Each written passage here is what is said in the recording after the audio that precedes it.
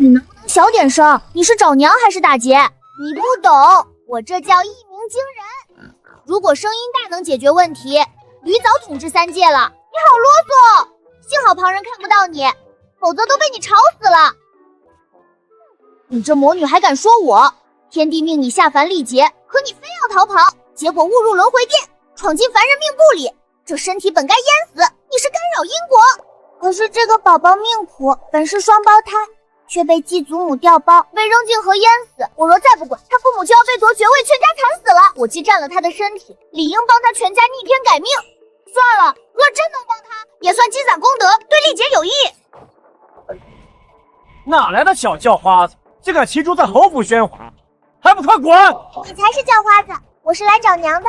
我还知道你家失踪的大爷在哪儿，再不去找的话，他就要另娶旁人了。你个小骗子，侯府也是你撒野的地方，赶紧骑着你的猪滚蛋，别脏了侯府大门！竟敢瞧不起我，猪猪，给我冲！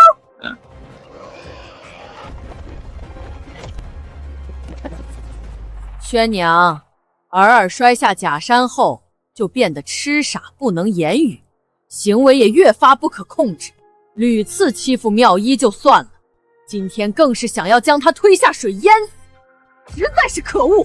母亲，这其中一定有误会，儿不会推妙仪的。娘亲，真的是六妹妹推我，我好心带她看鱼，她就突然从背后把我推下水，那水好冷，我还以为再也见不到娘亲了。大夫人明鉴，奴婢亲眼看到六小姐将五小推下池塘的，幸好奴婢及时跳下水中相救，否则五小姐怕是要被淹死了。宣娘，人正在此，你继续护着儿，不仅害了她，更是害了家里其他孩子。我意已决，城外有个庄子正好养病，今天就送去吧。我不肯啊！儿才5岁又吃傻，去庄子上怎么活？你若不放心，就陪他一起去啊。老大失踪，再将秦轩和这傻子撵到庄子上，那这侯府的爵位就能直接落到我亲生儿子头上。来人，将大夫人和六小姐送到庄子上，病好再回。是。大夫人，请吧。怎么回事？娘，我骑猪猪来看您啦。儿，孩子为何与我的儿长得一模一样？你是哪儿来的野丫头？竟和儿年岁相貌如出一辙，难道是被扔进河里的另一个双生子？我是被除掉了吗？这个狗奴才，还不快说，这到底怎么回事？老夫人息怒，是这个骑猪的小丫头，她说是大夫人的女儿。我的女儿？你发什么癫？咱家5姑娘、6姑娘都在，我怎么可能是宣娘的女儿？就是，大爷失踪月余，大夫人本就心急如焚，你这狗奴才再敢添乱，我不打了你的嘴！奴才没胡说，是这丫头说知道大爷在哪，还说大爷要跟别人成亲了。你说什么？她知道我夫君在哪？宣娘，她就是个来碰瓷儿的小乞丐，你可别被骗了。老大早就被我派人除掉，硬是个小骗子。她就是我的娘亲吗？娘亲好漂亮呀！这丫头，方才开口说话了吗？可怜的娘还不知道，这继祖母将我从她那侄女生的方妙仪调了包，还让张嬷嬷把我扔进护城河淹死，幸亏我命大活着回来认亲。娘，安安保护你。这孩子没张嘴，我听到的竟是她的心声。为了让方妙仪霸占娘的嫁妆，还让人将儿给推下假山想摔死。什么？儿也是被婆婆害的？还好我们姐妹命硬，儿虽然傻了，但还有救。坏祖母又想再伤害我娘亲妹妹。夫人，您怎么了？我没事。眼下夫君摔死父母，我若与老夫人撕破脸，只怕是伤敌800，自损1000。既知道真相，一切都要从长计议。哪来的小骗子？来人，将他给我乱棍轰出去！是。猪猪，把欺负娘亲的坏祖母撞死！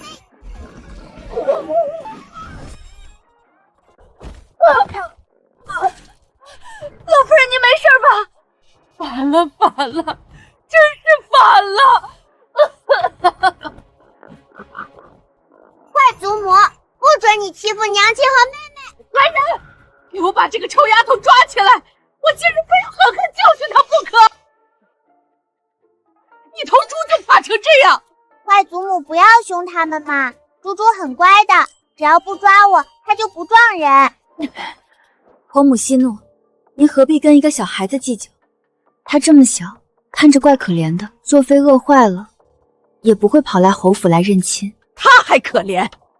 婆母，侯府近来不太平，我想着不如收留这孩子，就当是积德行善，说不定老天爷看在咱们人善的份上，能保佑夫君平安归来呢。娘亲还没认我就想收留我，娘亲真好。积德行善，你要收留他可以，你带着他和儿儿一起搬到庄子上去。到了庄子上，你爱养多少野孩子养多少，我不拦着。婆母，夫君现在生死不明，儿儿又是个痴傻的，您这时候把我们母女扫地出门，若传出去，只怕要背上恶名啊！宣娘，不是我赶你走，实在是儿儿这孩子不能继续留在府里啊！他今日敢把妙仪推下水，明日说不定就敢杀人放火，总不能为了他，整个侯府都提心吊胆吧？娘亲，我好冷啊！妹妹推我下水，我害怕。看我们妙仪委屈成什么样了！宣娘，儿儿已经废了，难道你还要因为一个傻子放弃更优秀的妙仪吗？婆母，我保证儿儿会好的，他不会伤害任何人。你的保证没人相信。张嬷嬷，多叫几个人来，今天无论如何都要把他们母女送到庄子上。我的祖宗哎，你怎么能给凡人吃仙丹？她是我妹妹，吃颗金丹怎么啦？你这是违反天规，你就不怕她长生不老，被人当妖怪啊？长生不老怎么样？若父母灵力被封，我还想让全家人就地成神呢。你这个大魔头，我要狠狠吸你一笔！你们还愣着做什么？给我们他们三个都绑了送走！遵命！你们谁敢碰我的孩子，我跟你们拼命！大夫人，这可由不得您了。娘，爹，是他推姐姐。这个傻子怎么开口说话了？虽然不知道他刚才在和谁说话，但是他好像给儿儿吃了什么仙丹妙药，这才让儿儿开口说话。是他救了儿儿。娘亲，现在可不是哭的时候呀，快反击呀！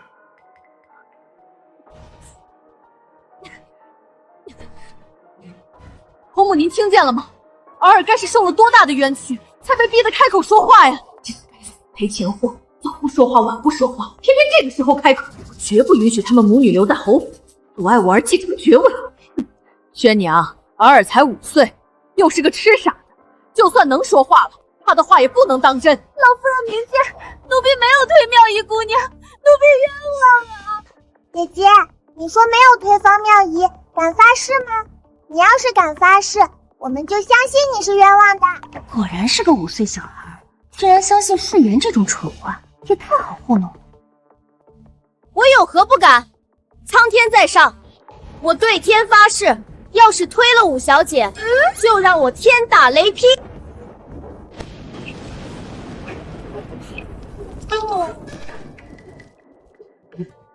不会吧？真的天打雷劈了？你哪来的引来符啊？自然是下凡之前我在神尊身上推的呀！臭丫头，你死定了！我要再狠狠记你一笔！婆母，你看到了吗？连老天爷都在帮儿儿证明清白。这就是巧合。祖母要不要也发个誓呀？就说如果是你指使人污蔑尔尔妹妹，也被天打雷劈。闭嘴！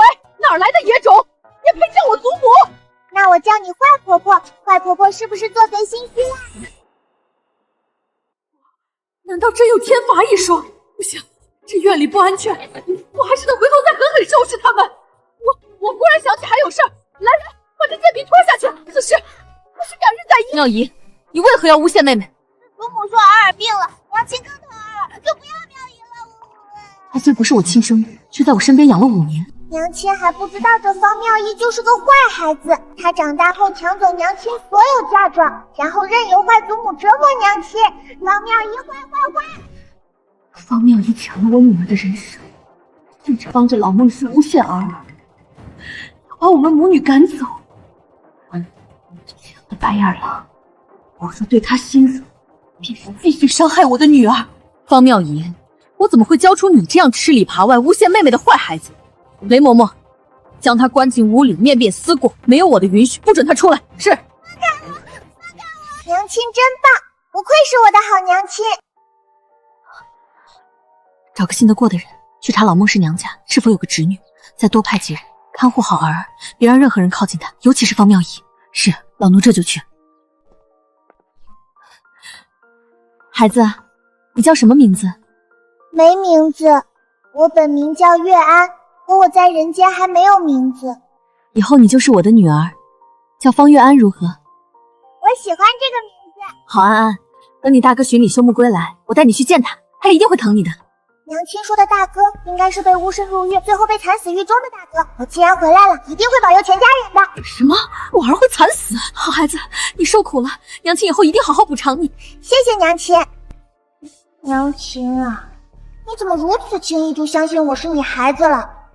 哼，这也就是我，对别人可别轻易相信，尤其是二房一家，从上到下没一个好东西。二夫人是我的闺中好友，我与她先后嫁入侯府，一直相互帮扶，难道她也有问题？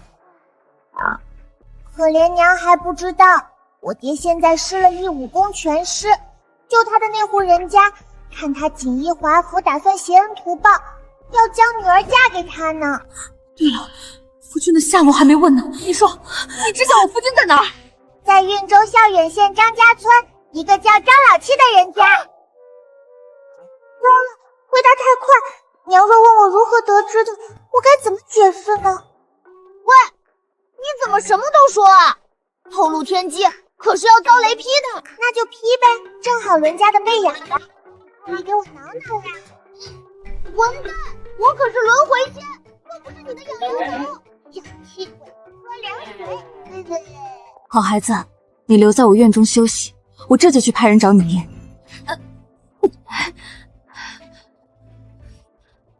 娘，你可要快点，否则我爹就要给我娶小娘了。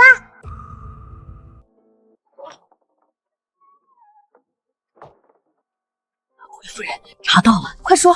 老夫人娘家确实有个寡妇侄女，她名叫孟香，公公是户部尚书陈大人。听说刚成婚，夫君就死了，连洞房都没入就成了寡妇。可有什么疑点？有，您怀孕3个月的时候，老孟氏的母亲突然病重，十分想念外孙女孟香，便将人叫了回去，在娘家住了多半年才回夫家。果然如此。那大爷的消息呢？可派人查实了？已经派人去查了，来回怎么也要半个月。上天保佑，只盼着夫君能平安回来。夫人，大爷不是老夫人的亲生孩子，他定是为了抢爵位，给自己亲生的二爷，才会下此毒手，所以他绝不会善罢甘休，咱们得提前应对。你去禀告老夫人，就说我打算收安安为养女，3日后举办认亲宴。是。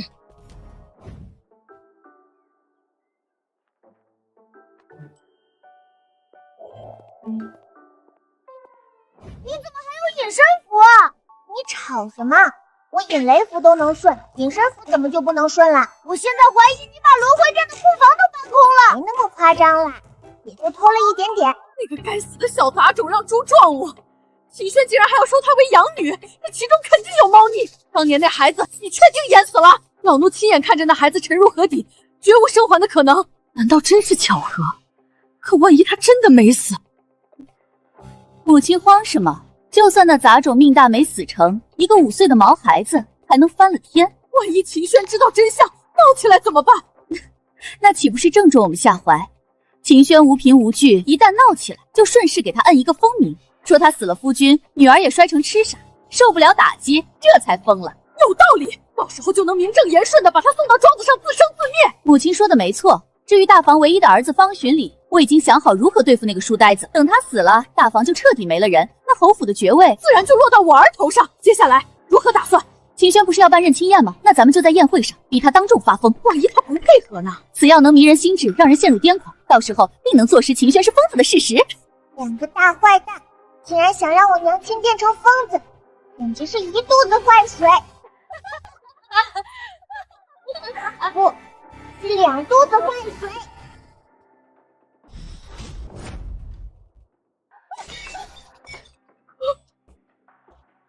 谁打我？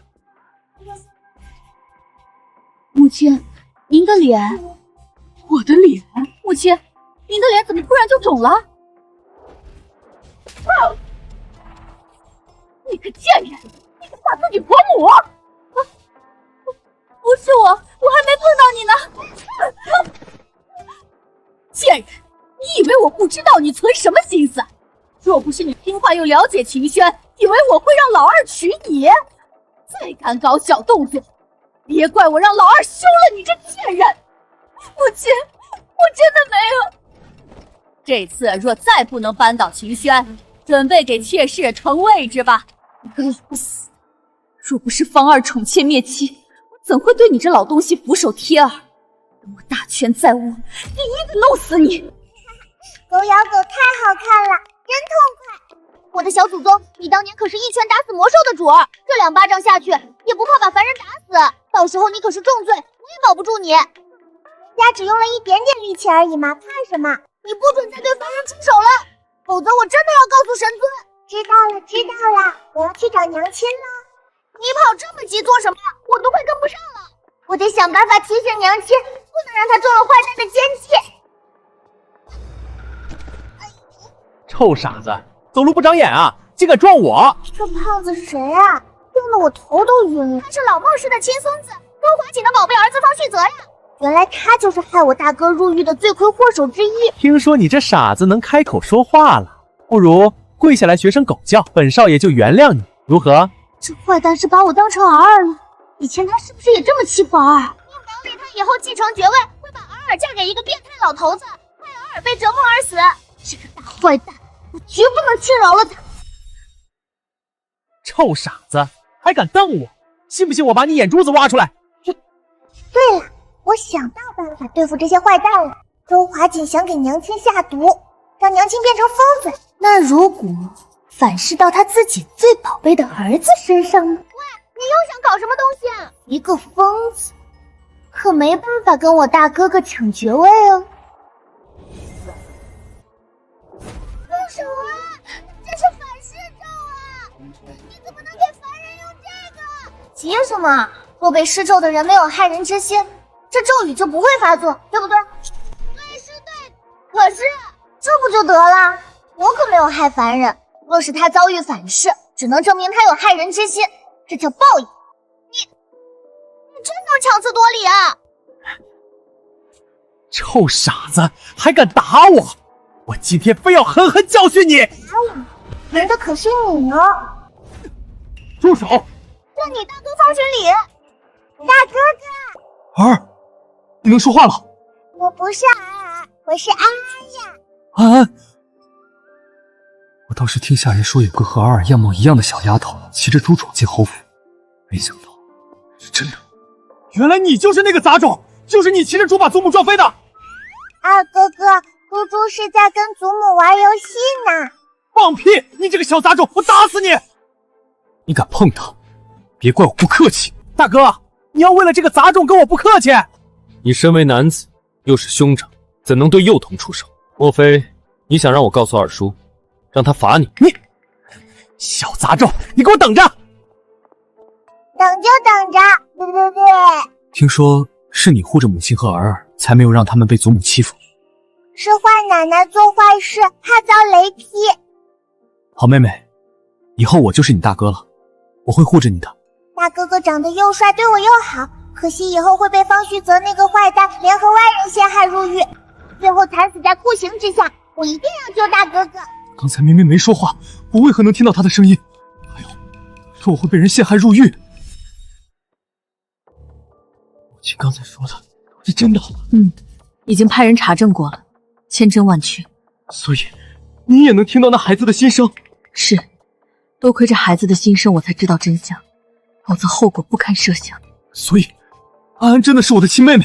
没错，妙仪是你祖母的娘家侄女，在外厮混生的野种。当年趁我生产昏迷，他们趁机调包了。祖母这是为了爵位，要对我们赶尽杀绝。另外，听到那孩子心声的事，先别告诉他，咱们再观察一下，看还有谁能听到。是，儿子明白。 3日后认亲宴，我需要你做一件事。母亲请说。母亲放心，我这就去准备。我的女儿，娘亲一定会保护好你们的。二夫人穿得如此华贵，可比某些人有福气呢。哎呀，我也不想穿，这都是我这儿子旭泽挑的，花了不少银子呢。我说太贵了，这孩子非说不贵，说娘高兴就好。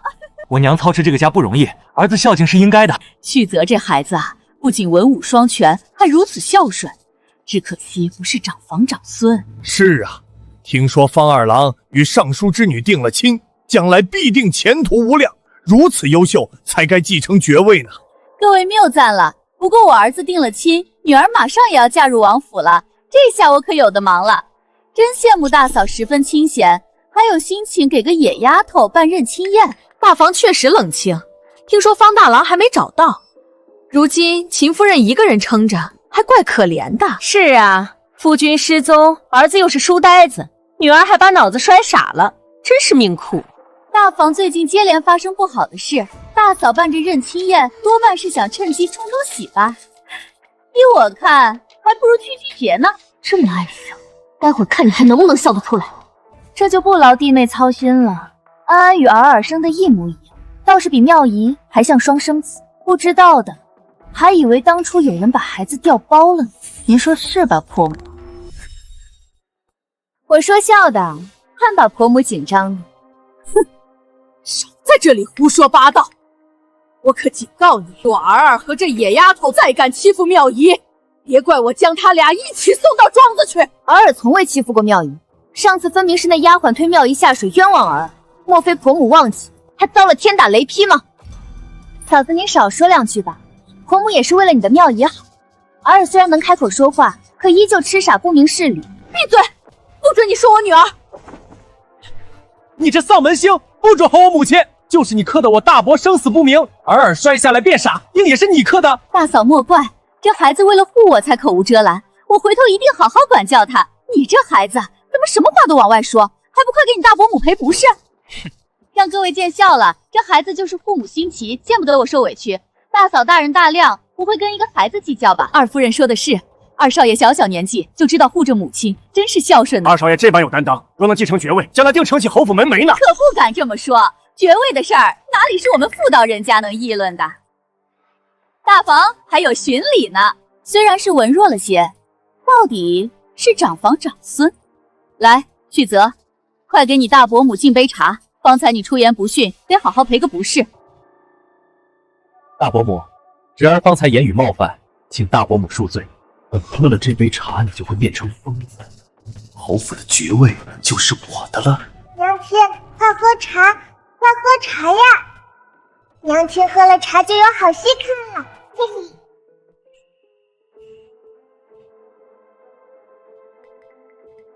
清轩，你家世好，样貌好，嫁的也好。我夫君宠妾灭妻，你夫君却一心一意，凭什么你事事压我一头？今日我要你身败名裂，永远被我踩在脚下。乃是就要起作用了。3、2、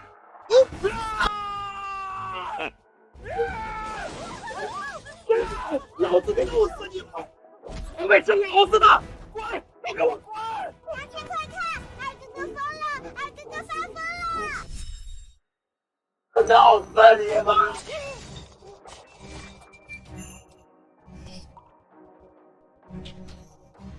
自己这孩子怎么突然发疯了？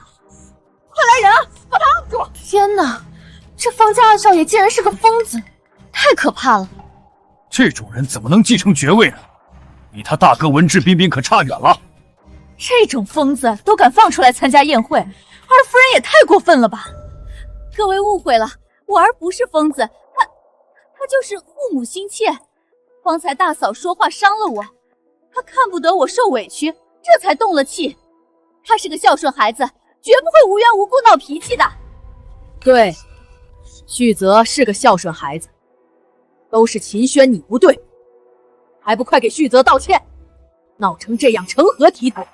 这两个大坏蛋竟然还敢往娘亲身上泼脏水！哼，看我的！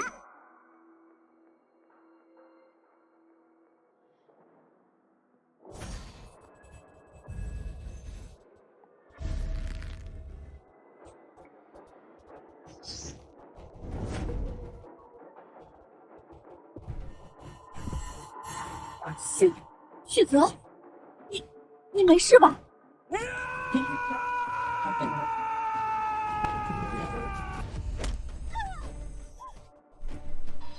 旭泽，你疯了！那可是你娘！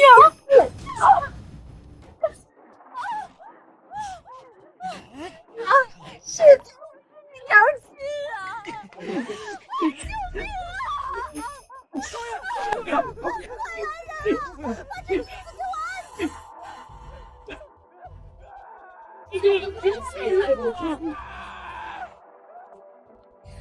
弟妹，你方才不是说旭泽是护母心切，现在怎么连你也打了？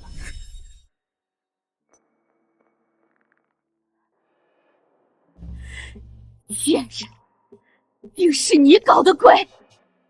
你让我儿发疯的！弟妹，你自己没管教好旭泽，怎能怪到我身上？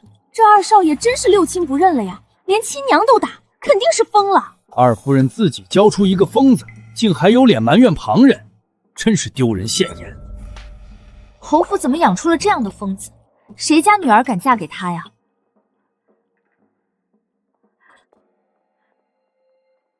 我儿不是疯子，他定是被什么脏东西附上了。对，脏东西，这府里有脏东西。什么？侯府有脏东西？那怎么还敢办宴席？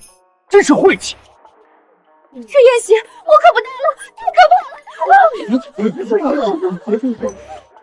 走了，以后侯府宴席再也不来。我这席说笑呢，哪有什么脏东西？各位不要见怪，是老身招待不周了。宣娘，快留客人啊！是，婆母。诸位，今日我家二房突然闹出这种事，实在是抱歉。我准备了上好的瓜果和曲月班子在花园，还请各位移步花园欣赏。还是大夫人端庄得体。既然如此，我们便去花园里吧。是啊，这二房真是生出差命，幸好爵位要传给大房。若没有大夫人，这侯府怕是要塌了呢。走吧，咱们去花园。弟妹，可还好？需不需要请府医看看？少得意！今日的事，我不会善罢甘休的。弟妹，多行不义必自毙，你好自为之吧。大坏蛋，让你欺负我娘亲和妹妹，活该！贱人，咱们走着瞧。快看那个穿绿衣裳的女人，她就是陈家二小姐陈素素，也是方妙仪生母孟香的嫂子。我看过命宝，这陈素素也是个可怜人，她的夫君是赘婿，方妙仪就是孟霜和她夫君生的。天哪，方妙仪的身世竟如此炸裂！夫人，您没事吧？我没事。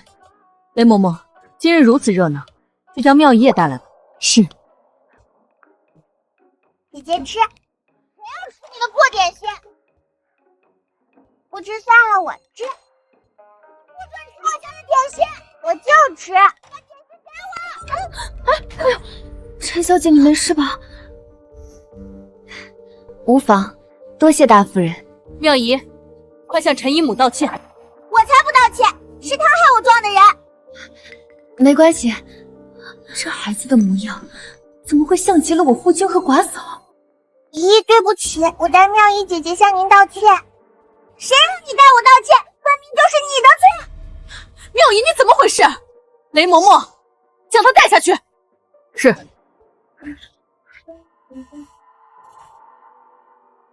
不知哪位是大夫人的养女？咦，我是娘亲刚收养的女儿。你是养女，怎么与六小姐倒更像是双生子呢？难道五小姐长得像爹爹？是啊，这孩子与儿很是有缘分。不过说起来，妙仪长得与我和夫君都不太像呢。恭喜大夫人又得一位千金，不过当年生下这双商子要受不少罪吧？可不是吗？当年疼了一天一夜才把孩子生下来，都没看一眼就昏死过去了。是吗？那可真是辛苦大夫人了。说起来，我家嫂嫂孟香与府上老夫人是亲姑侄呢。是啊，咱们两家可是沾亲带故的，以后要多来往才是。大夫人若是不嫌弃，后日便带3个孩子来我家做客，如何？好啊，那我就不客气，带孩子们去叨扰了。可怜的陈姨还不知道，她的赘婿早就和嫂子厮混在一起，生了孩子，就连兄长也是被这2人害死的。最近这2人还打算杀了他，霸占陈家呢。这陈小姐与我一样是苦命人，我得帮帮她。那就是我的女儿吗？都长这么大了。真羡慕大夫人有这么多儿女陪伴，可惜我这肚子不争气，成婚几年都没动静。陈小姐不必心急，许是缘分未到呢。陈姨不是不能生，而是被夫君和梦香下了绝子药。看在她可怜的份上，我得帮帮她。陈姨母，你很想要小娃娃吗？是啊，姨母做梦都想要个像你这么可爱的娃娃呢。我听婆婆说，寻一个那树上最甜的石榴吃，就会生娃娃。我只告诉夫君接待方家人，梦香怎么会来？好温暖的小手。姨母，你一定会有小娃娃的。我帮你解了毒，离开坏蛋夫君就能有娃娃了。谢谢安安。不许你这个乞丐吃，你不配！我就吃，把橘子给我，你这个臭要饭的！就不给就不给，略。杂种，你凭什么抢我女儿的东西？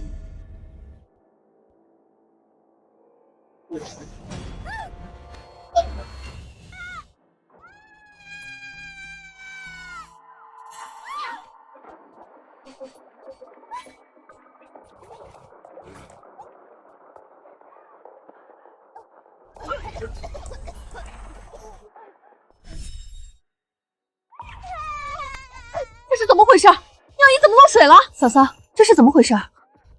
孩子打闹不慎落水，我正好路过，就跳下去救他了。娘亲，是方圆这个臭臭推我落水的。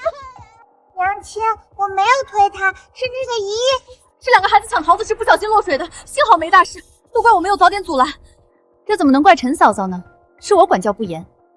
妙姨，谁告诉你安安是杂种？你小小年纪跟谁学的？今日你出言不逊，实在可恶。雷嬷嬷，带回去面壁思过，不准出来。是。娘亲，你偏心，我不要你，我要告诉祖母。安安受委屈了，娘亲在呢，谁也别想欺负你。娘亲最好了。顾母当年说让我女儿成掌上明珠，这贱人竟敢苛待我女儿！凭什么妙姨哭成那样没人，这小杂种却被护着？陈小姐，今日叨扰了，我们改日再来拜访。大夫人慢走，今日招待不周，还请见谅。我和娘亲暗示的这么明显，陈姨肯定怀疑了。接下来就等好戏看喽。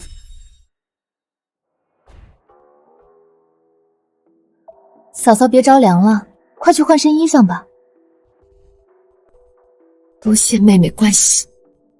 孙嬷嬷，小姐，你吩咐。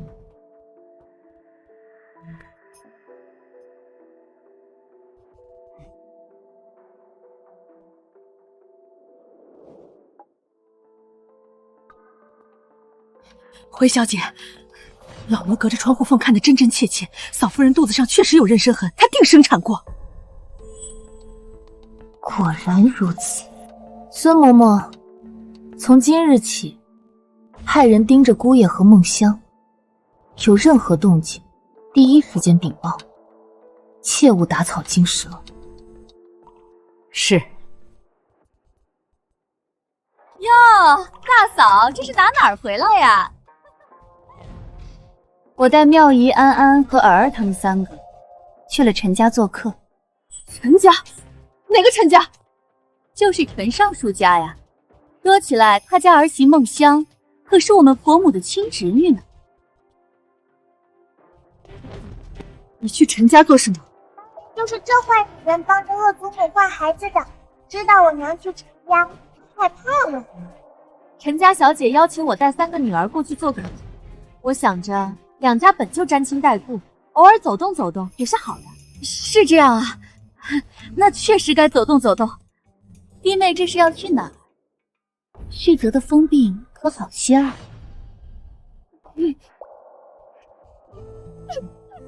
宣娘，你说我的命怎么这样苦？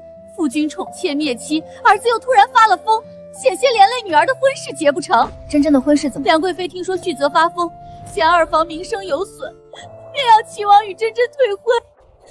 那可真是不妙呢。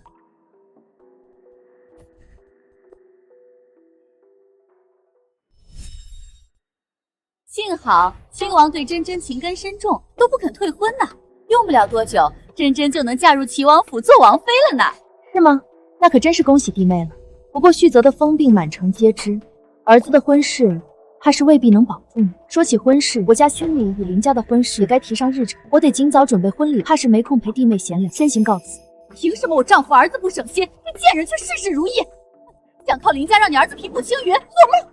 我定要让方勋里身败名裂，不得好死！这坏女人肯定要使坏，这一次我一定要让你搬起石头砸自己的脚。根据记录，方旭泽还有好几个大丑闻没曝光。什么丑闻？请重点的说。欠风流债，让妓女怀孕，最炸裂的是他杀过人。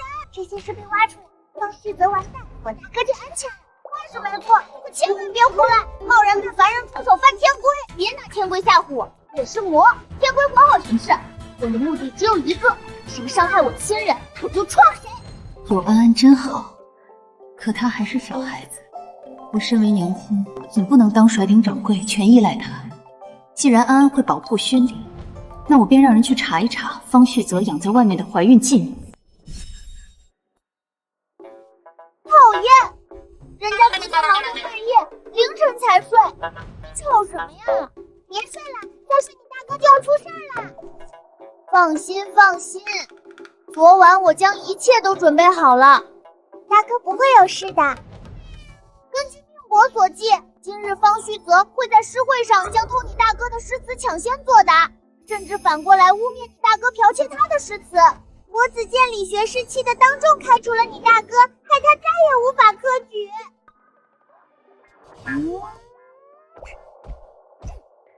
这个大坏蛋，看我怎么收拾他！诗会在哪儿办的？城南镜湖的游船上。猪猪，大哥，安安来保护你啦！今日诗会若能夺得头筹，便能得到翰林院李大人的青睐。如此千载难逢的机会，咱们可定要好好表现。若能得李大人一句夸奖，今年的相似必能脱颖而出。确定方权里不会再次背上剽窃的污名，开除国子监吗？昨晚我可是忙活了许久呢，这一次方旭泽死定了。诸位，今日诗题为《镜湖秋月》，老夫先声明，诗会重在以文会友，不论名次高低，只论诗心真假。哪位先来？李大人，学生斗胆，愿抛砖引玉。有胆量，想必是文采斐然，才敢第一个站出来。请说。方勋礼，你的诗集早被我偷走，重新抄写，你的原稿已被烧毁，如今这些诗全是我的，看你拿什么跟我争！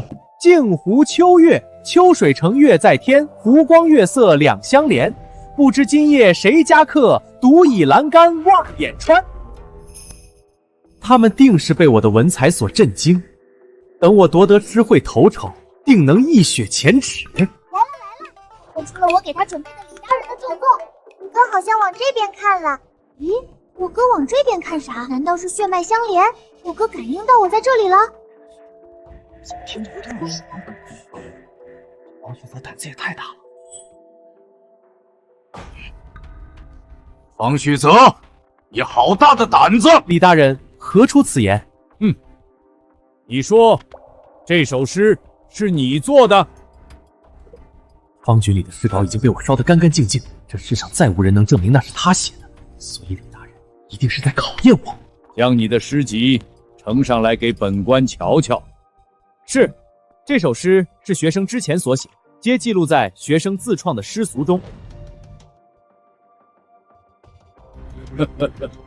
好啊，好得很呐！大人谬赞，学生不过是随手创作。二弟，你怎么能说这首诗是你写的？这诗分明……大哥，你该不会想说这首诗是你写的吧？哼，这10集原稿在此，难道你想剽窃我的诗？剽窃狗，你完蛋啦！你想害我哥，没想到吧？我给你准备的是李大人的竹笋炒肉，等着被揍呢。我不是这个意思，这首诗是……闭嘴！分明就是想倒打一耙，说我剽窃你的诗。有本事你拿出这首诗的原稿，拿不出就是你颠倒黑白。这首诗的原稿我确实拿不出，可是拿不出来你也敢站起来？大哥莫不是嫉妒我才想将我的诗抢走？你这等无耻行径简直是天下文人耻辱！李大人，您应该立刻将他逐出国子监，永不录用。如此无耻行径，本官的确该将其逐出国子院，永不录用科举。方雄礼失去了科举资格，看你如何继承侯府爵位。来人，将方旭泽给本官拿下！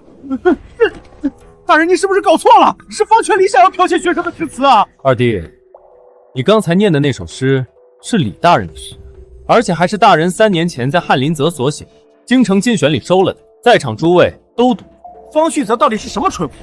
竟然当众将主考官的诗占为己有拿出来比赛，甚至用的还是3年前的旧诗，在学堂夫子可是教过的，难道他从不听讲吗？他还大言不惭说是巡礼兄剽窃他的诗词，谁不是巡礼是我们国子监文才第一啊？我不知道，这诗是……方旭泽，若本官没有老眼昏花，你这本诗集似乎也是本官的。什么？不可能！那分明是我从方巡礼书房偷的。什么？竟然是从巡礼兄书房偷的？原来他是想剽窃巡礼兄的诗词啊！没想到竟然误偷了李大人的诗集，真是可笑！我要叫发财！这下方玉泽可真成了全京城的笑柄了。这就叫搬起石头砸自己的脚，接下来该大哥风光了。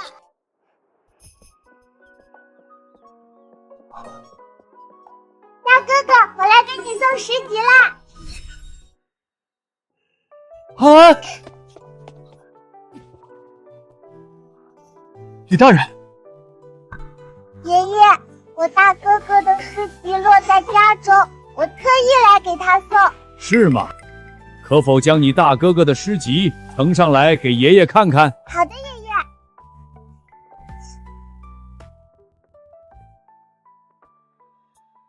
好诗，好诗啊！玄礼不愧是国子监最优秀的学子，大人谬赞，学生愧不敢当。文采斐然，定能前途无量。今日诗会头筹，怕是非你莫属了。哈哈哈。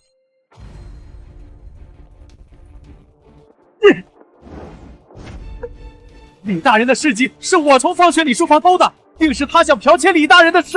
对，想要剽窃的是他才对。二弟，李大人是翰林院侍读学士，诗名满京城。我向来仰慕大人的文采，特意收藏了他的诗集，放在书房时时拜读。怎么二弟进了我书房，翻我的书架，偷我的藏书，却以为那是我写的诗？我哪里知道？我以为是你的，我才抄。方旭泽，你入室行盗，剽窃诗文，意图冒名顶替，当众构陷同窗。从今日起，废除你国子监学生的身份，永不允参加科举。李大人，我错了，求求您再给我一次机会，我不敢了，我再也不敢了，求求您别开除我！不要！陷害大哥的坏人得到教训了，大概还拔得头筹了，我也可以和大哥一起回府里看好戏了。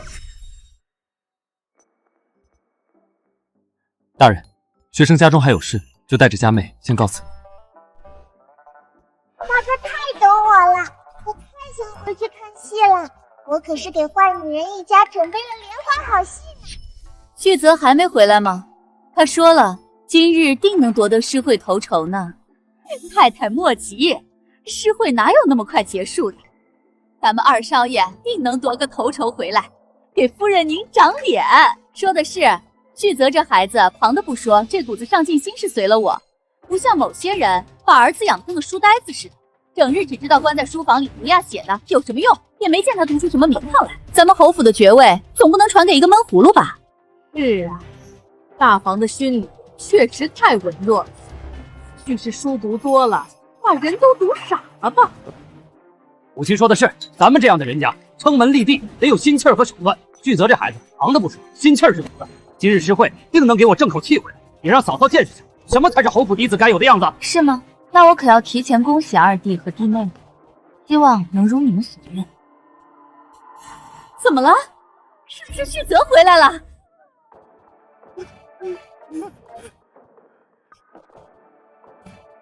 二夫人，是二少爷回来了。真的？旭泽诗会夺了第几？是不是头筹？那个二少爷是被人抬回来的。还回来？什么意思啊？旭泽，我说，你怎么回事？回二夫人，二少爷剽窃李大人的诗词，并当着李大人的面念出来占为己有，不仅被国子监开除，以后怕是都不能再科举了。什么？怎么可能？我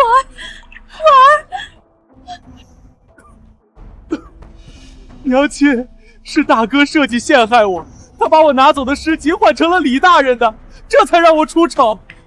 齐轩，都怪你儿子，害我旭泽成了这般模样。弟妹，这话我怎么听不懂？什么叫做旭泽拿走的诗集换成了李大人？难道旭泽想要偷巡礼的诗集，结果误偷了李大人的？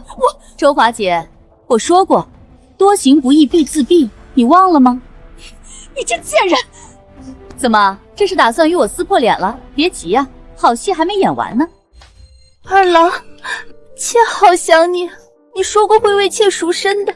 花娘，你怎么会在这里？如今妾怀孕都7个月了，你怎么突然就不理妾了？你是哪来的小贱蹄子，竟敢胡乱攀咬我儿！来人，快将他轰出去！慢着，弟妹急什么？这花娘不仅是春香楼的头牌，还是旭泽的红颜知己。如今她坏了旭泽的骨肉，你怎能如此不近人情，将她赶出去？你胡说八道！我儿怎么会与青楼妓女私混？那是你污蔑！花娘，二夫人怀疑你污蔑，你可有证据？这是二郎的贴身玉佩，上面刻着他的生辰八字，是他亲手给我的定情书。哎呦，还真是呢。这玉佩咱们方家子孙各有一枚，做不了假。宫殿您看。老二，看你教出的好儿子，我侯府颜面都被他败光了。总编，旭泽弟是被人陷害了，你可要为他做主啊！再说了，那方雪里就是个书呆子，肯定是嫉妒我家旭泽。娘亲，大哥他得了诗会头筹，拿了奖励回来了。我就知道轩丽是个争气的，快让娘亲看看头筹奖励是何物。这可是上等的翠玉观音，价值连城。谁说我家局里是书呆子呢？大哥最厉害了，李大人夸赞大哥文采斐然，是最优秀的学生。坏人一把气吧，最好气的不知道喘气了。爹，虽然方旭泽给咱们侯府丢了颜面，但是军礼争回来了，你可千万别再生气了，气大伤身呢。保佑安安，否则今日身败名裂的便是我儿勋礼。巡礼倒是个好孩子，闹了这么一出都累了，先各自回去休息吧。我儿辛苦了，娘亲定要亲自下厨给你补补身子。婆母，儿媳告退了。来人，将二少爷和这女子带下去。婆母，你可要为旭泽做主啊！行了，现在知道错了，早不能好好管教儿子。我警告你，绝不能送那女子和她腹中的孩子。那是娼妾，若旭泽大婚之前便有了庶子，定会影响他的婚事。你也知道啊，你怎么不管教好她？如今多少双眼睛看着那女子挺着大肚子进了侯府，若出了意外，侯府能撇清关系吗？而且知道，你快滚下去，好好管教你的蠢货儿子。是。母亲，旭泽算是彻底废了，科举路一断，名声也臭了，爵位肯定不能落在他头上，咱们另做打算。你说怎么办？旭泽不行，我又不是只有他一个儿子，刘姨娘生的那个。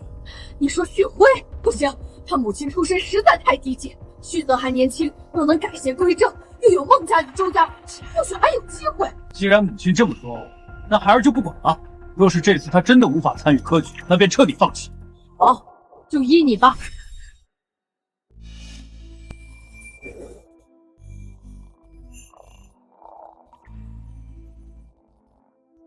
小祖宗，你又大半夜不睡觉，跑来这里做什么？怀泽，命簿上记载，他16岁那年，失手将同窗的郭朗推下湖淹死了，对不对？命簿上是这么记的。那年秋日游湖，他与郭朗在船头争执，失手将人推了下去。事后说是郭朗醉酒失足，因侯府势大，郭家不敢深究。后来方旭泽心虚，偷偷请了道士，在湖边设了法阵，压着郭朗的魂魄，令他难以投胎转世。这个十恶不赦的坏蛋，我身为魔头都看不下去了。你对他做什么了？我的姑奶奶，你能不能别总对凡人出手啊？我只是帮他开了个鬼眼，还让他见见老朋友呀，这不算对凡人出手吧？根据我的感应，方旭泽请的道士应该把禁制设在了此处。你是魔王，难不成还要管鬼界的事？我这是替天行道，神尊知道，可得好好给我些法宝做酬劳才行。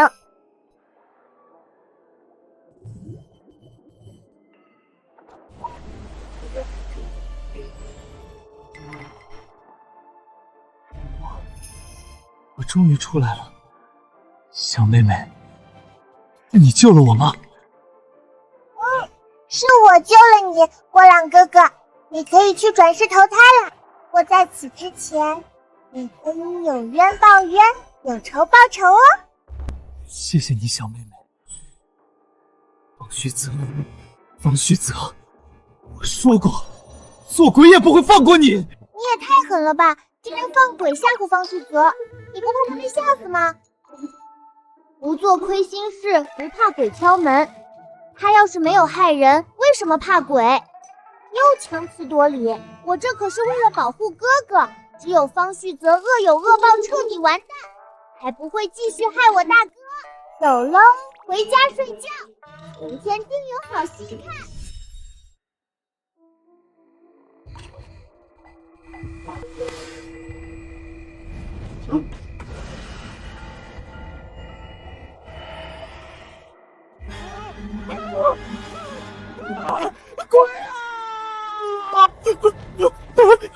我一定是在做梦，对，我一定是在做梦，我一定是在做梦。郭朗已经死了，魂魄被镇压，不可能来找我寻仇的，是幻觉，是幻觉，一定是幻觉。方旭泽，你害得我好惨，你想我这是何罪？别过来！别过来！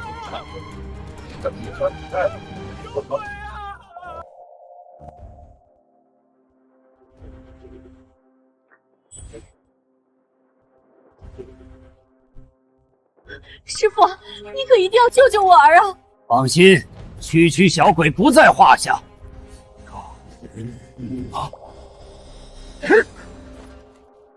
恶鬼，休要作恶！贫道这就让你魂飞魄散！这糟老头子坏得很，帮助坏人不帮助好鬼。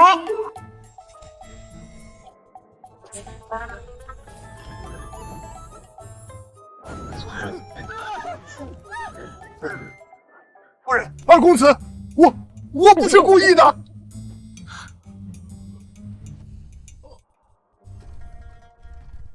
方旭泽看到了吧？这破道士不能把我如何？你若不肯认罪，我便把你活吃了。不要啊！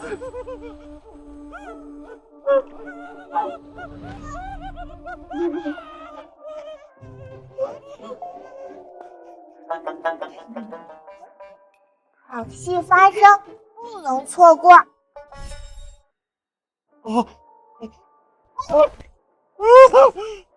郭朗，我错了，我不是故意把你推进湖里淹死的。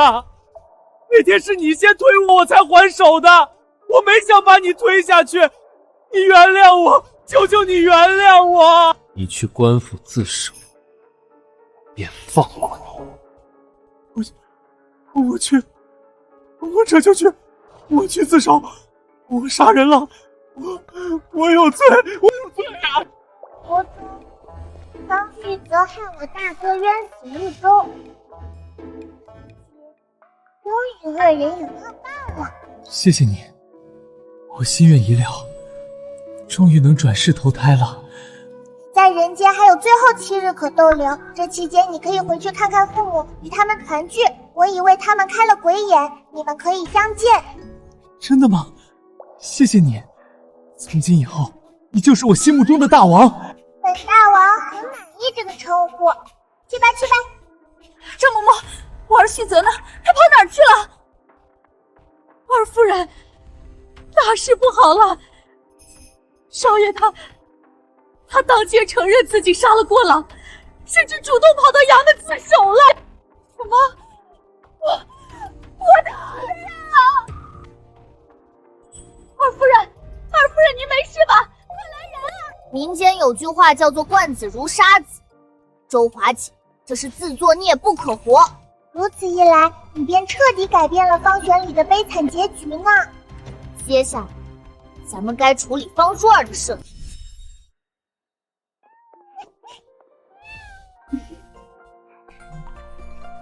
娘亲，你怎么在这儿？自然是想安安了。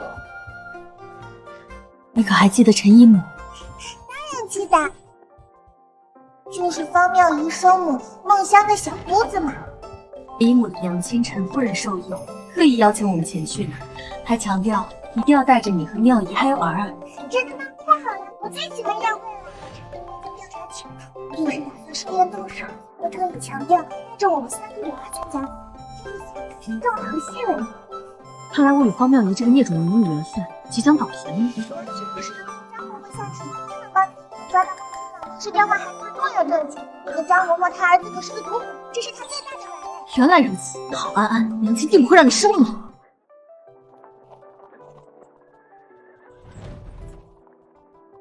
听说我的女儿妙仪今日会来，香儿说孩子长得孝好，今日我终于有机会能见上一面。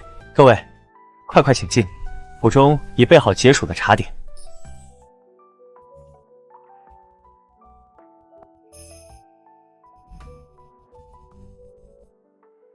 果然是我的女儿，与我眉眼相齐了。我一定要除掉陈素素，好与我的女儿和香儿团聚。那个热络的男子就是方妙仪的亲生父亲潘斌。命簿上怎么说？命簿上所记，潘斌与梦香害陈大一事瞒得极好，陈家二老始终没有发现端倪。没多久后，他们又故技重施，害死了陈素素，真是坏死了。不仅如此，陈素素死后，潘斌装的深情没有续娶，一副孝顺模样侍奉二老，然后经不住儿女都离世的打击，陈家二老身体也越发不好，最后主动撮合了潘斌与梦香，二人不仅又生了子女，还继承了陈家产业，享尽了荣华富贵。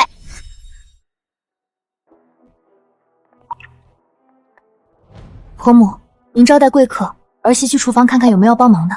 去吧，辛苦你了。夫人，我书房有公务，你帮母亲招待客人，我忙完就回。好啊，夫君可别太过操劳。放心，我很快回来。看来他们是迫不及待的要相聚了。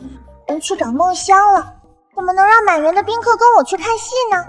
各位宾客，感谢你们抽出宝贵时间参加家母寿宴，怕招待不周怠慢了各位，我们便自个儿想了个新玩法。姨母，什么新玩法？也许能趁游戏带大家抓恶人。新奇玩法倒是让人好奇的紧呢。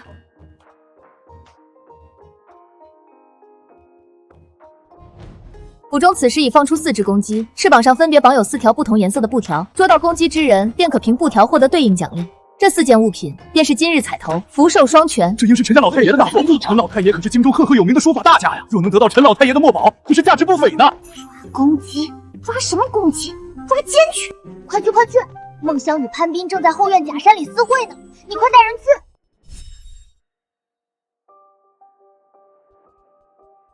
想必安安定能带我找到我想要的东西。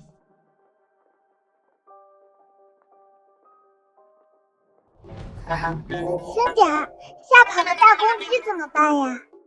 被人听到动静跑了，我可抓不了奸了。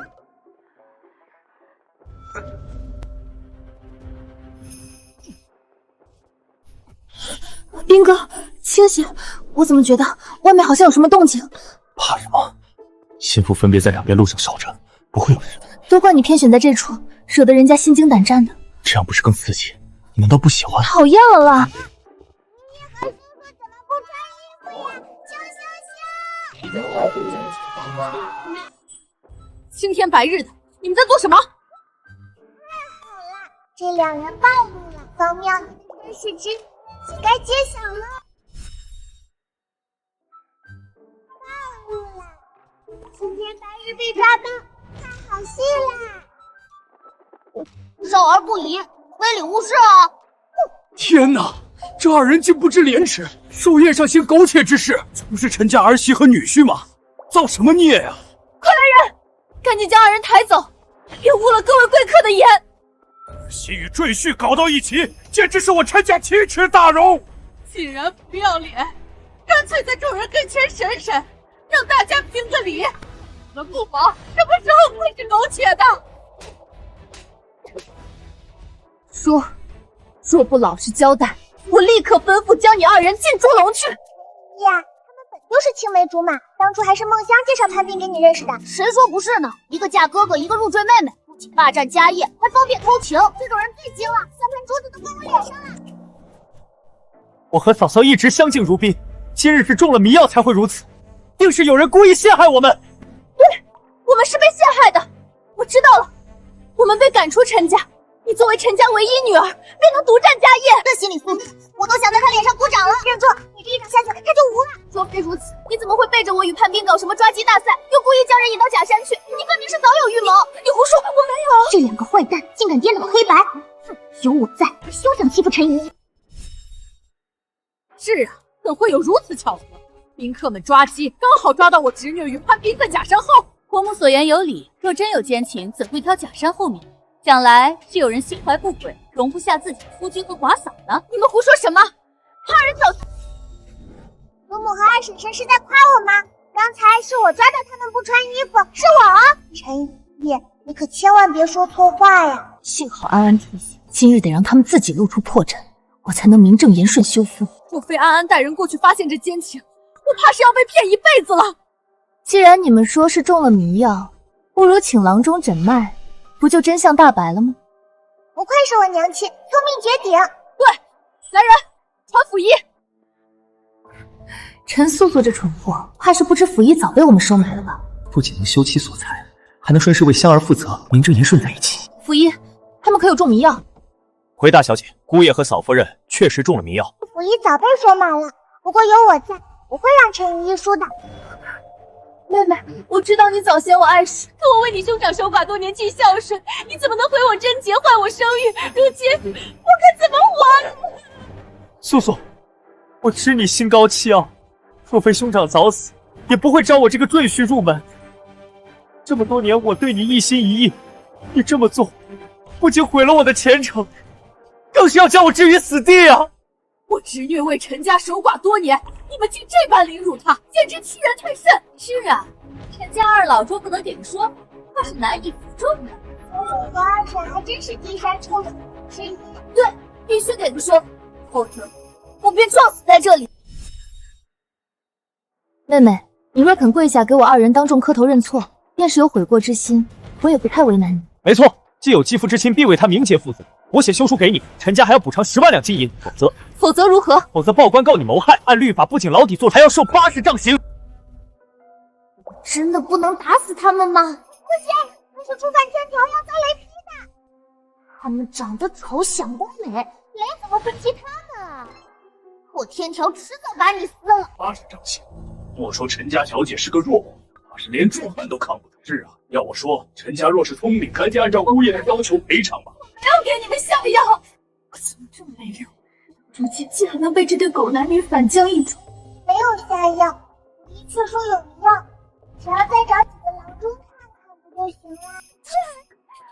我怎么没想到呢？你笑什么？莫非是奸计败露，疯了不成？你这毒妇，被拆穿竟然还敢打人！陈素素，你简直欺人太甚！我要报官！好啊，报官就报官，你现在跪下认错赔偿，我便原谅你恼羞成怒。大可不必。来人，立刻报官。是。慢着，素素，你可别冲动啊！虽然你害我失贞，可你到底是我亡夫的妹妹，我不忍心看着你去死啊！这样吧，你也不必下跪道歉了，干脆赔钱了事如何？对，你既然不肯跪下认错，赶紧签了休书，赔偿我们2人便是，其他的我便念在夫妻一场，不与你计较了。否则如何？这2个大坏蛋做贼心虚，肯定不敢报官。希望陈姨母报官，让他们自作自受。你们2位还真是大度呢。只是若陈家小姐真的犯罪，今日我等宾客皆为见证，若不报官，我们岂不是也有包庇之罪？是啊，还是报官吧，谁犯错谁受立法制裁，我们绝不包庇。王家夫人说的对，既然你们口口声声说是我下了迷药诬陷你们，那便让律法严惩我好。就是不知道查明真相后死的是谁。到底是自家事还是关起门来处理为好？若是你不知死活闹到衙门，陈家可就真的绝后了。我偏不，甚至我还打算多找几个郎中为你们作证呢。什么？你若现在认错，或许还能放你条生路；若等我找郎中戳穿谎言，你便是这对奸夫淫妇的同谋。大小姐饶命，他们没中迷呀！那你为何要如此说？是他们早就收买了我，你血口喷人！没错，你是陈家府医，居然是帮着他们诬陷我们。事到如今，你们还敢狡辩？看来真要让官府的郎中亲自验证才行了。来人，立刻报官！刚才说报官就是吓我，没想到他竟然不怕。若是官府严查，那我与香儿岂不是要受牢狱之灾？不行，不能报官！别报官！我只是不忍心看你受牢狱之灾。是啊，我们到底是念旧情的，这件事儿我们就不追究了。刚才贼喊捉贼那么嚣张，现在怕了吗？怎么心虚了？你们不追究，我可要好好追究到底呢。说，到底怎么回事？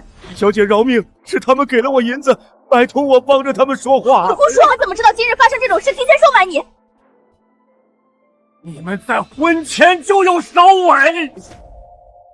大小姐多年未孕，也是你们要我暗中给她下了高升的寒药，并且你们还威胁我给你们配慢性毒药。后来我才知道，你们用这毒药谋害了大少爷，并且想故技重杀毒害大小姐。什么？我儿是被你们毒害的！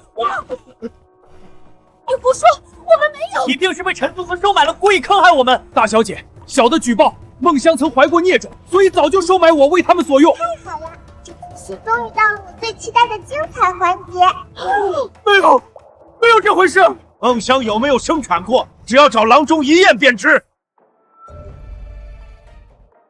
这么一说，我倒想起来了，刚才他们2人在假山后衣衫不整，我好像看到陈家嫂腹上有妊娠纹。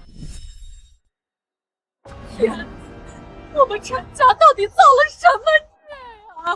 打起来了！你打得好！别气坏了身子，等下自有律法严惩他们。潘斌、梦香，你们这对贱人为何要这样对我？我们陈家亏负过你们吗？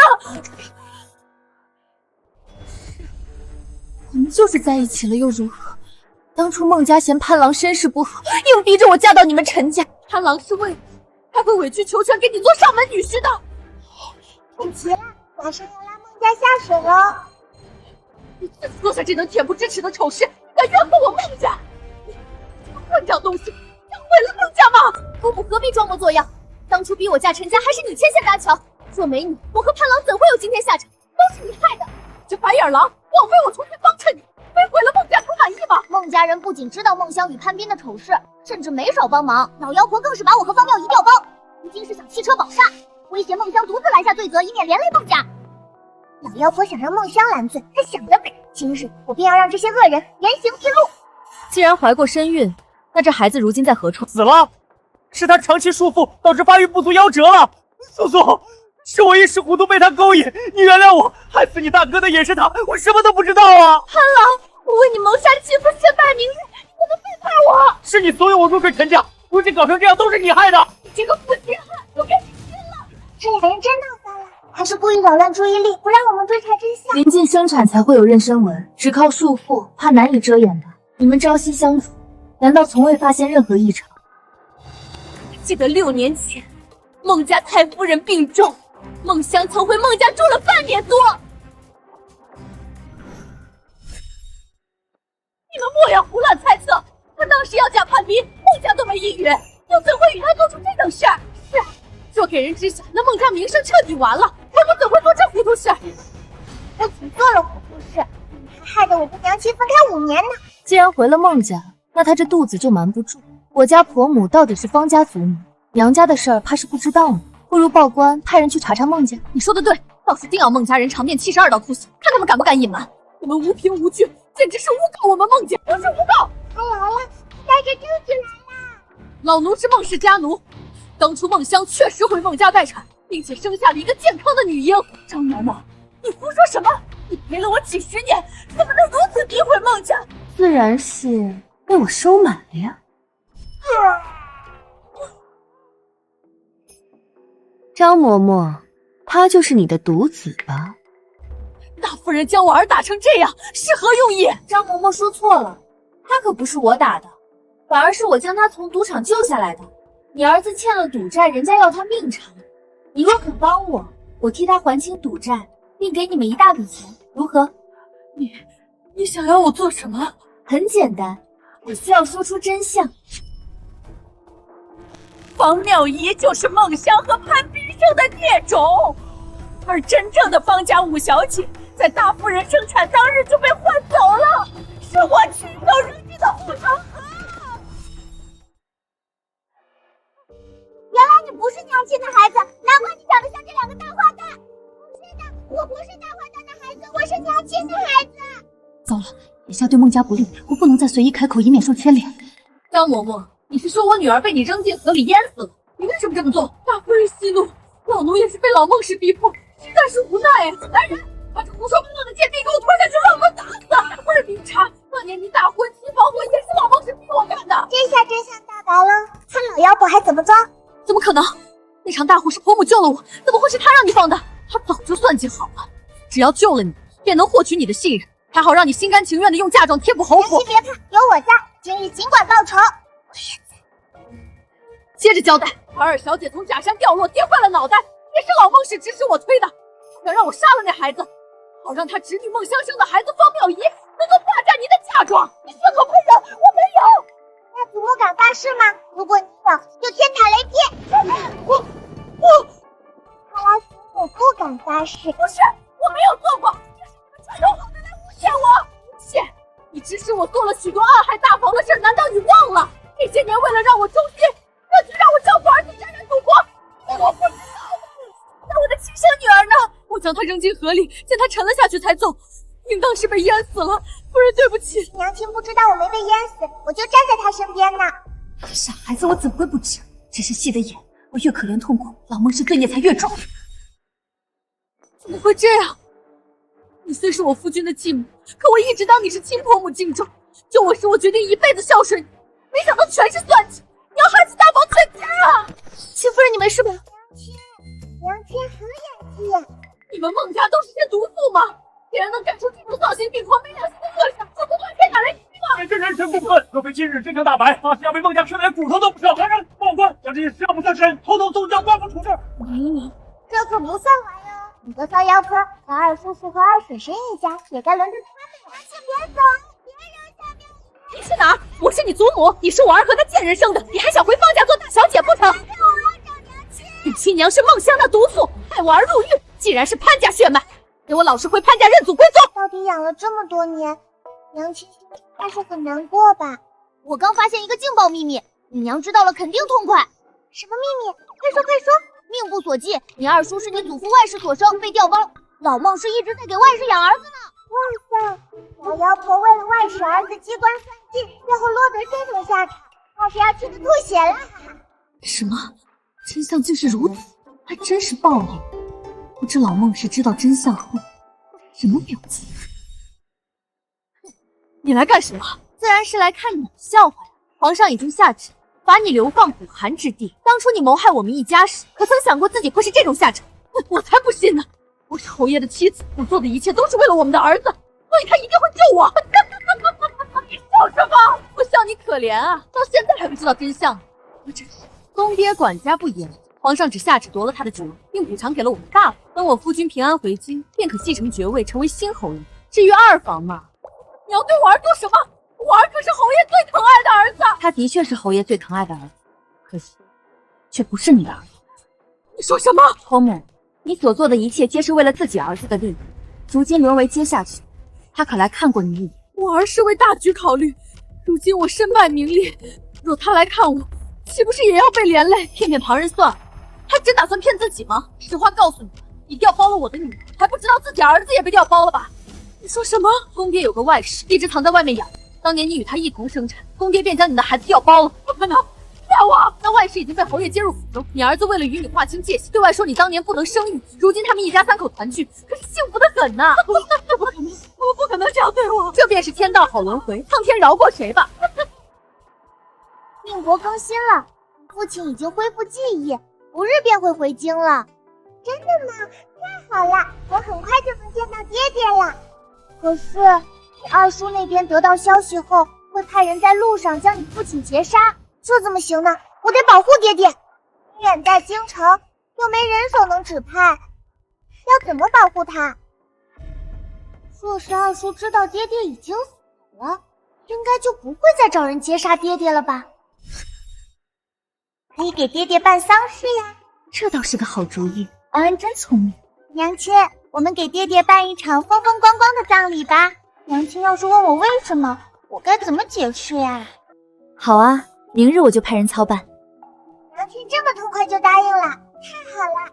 娘亲这么相信我。安安早点睡。加派人手，暗中护送老爷回京。另外，设灵堂，我们给老爷办一场风风光光的葬礼。夫君，你怎能丢下我们孤儿寡母就这么走啊？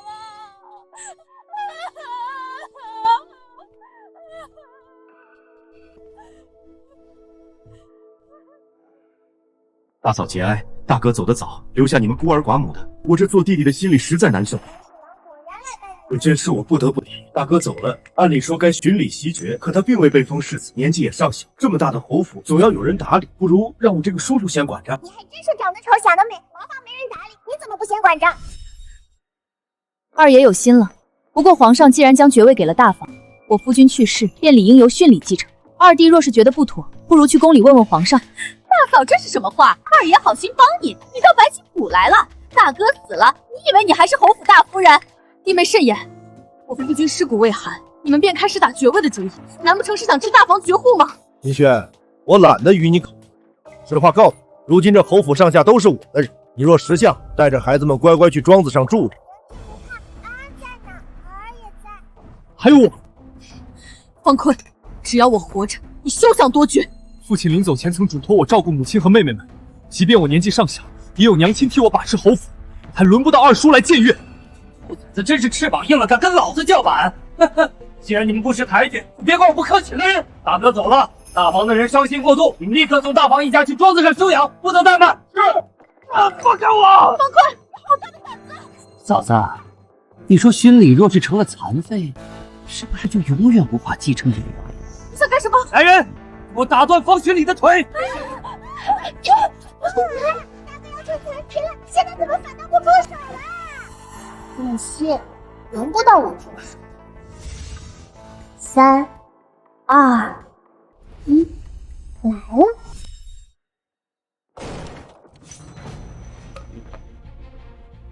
住手！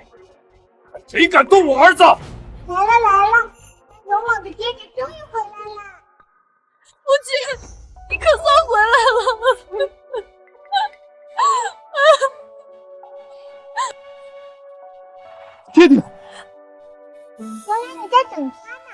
就说轮不到我出手吧。我回京后急着入宫向皇上复命，这才回来晚了。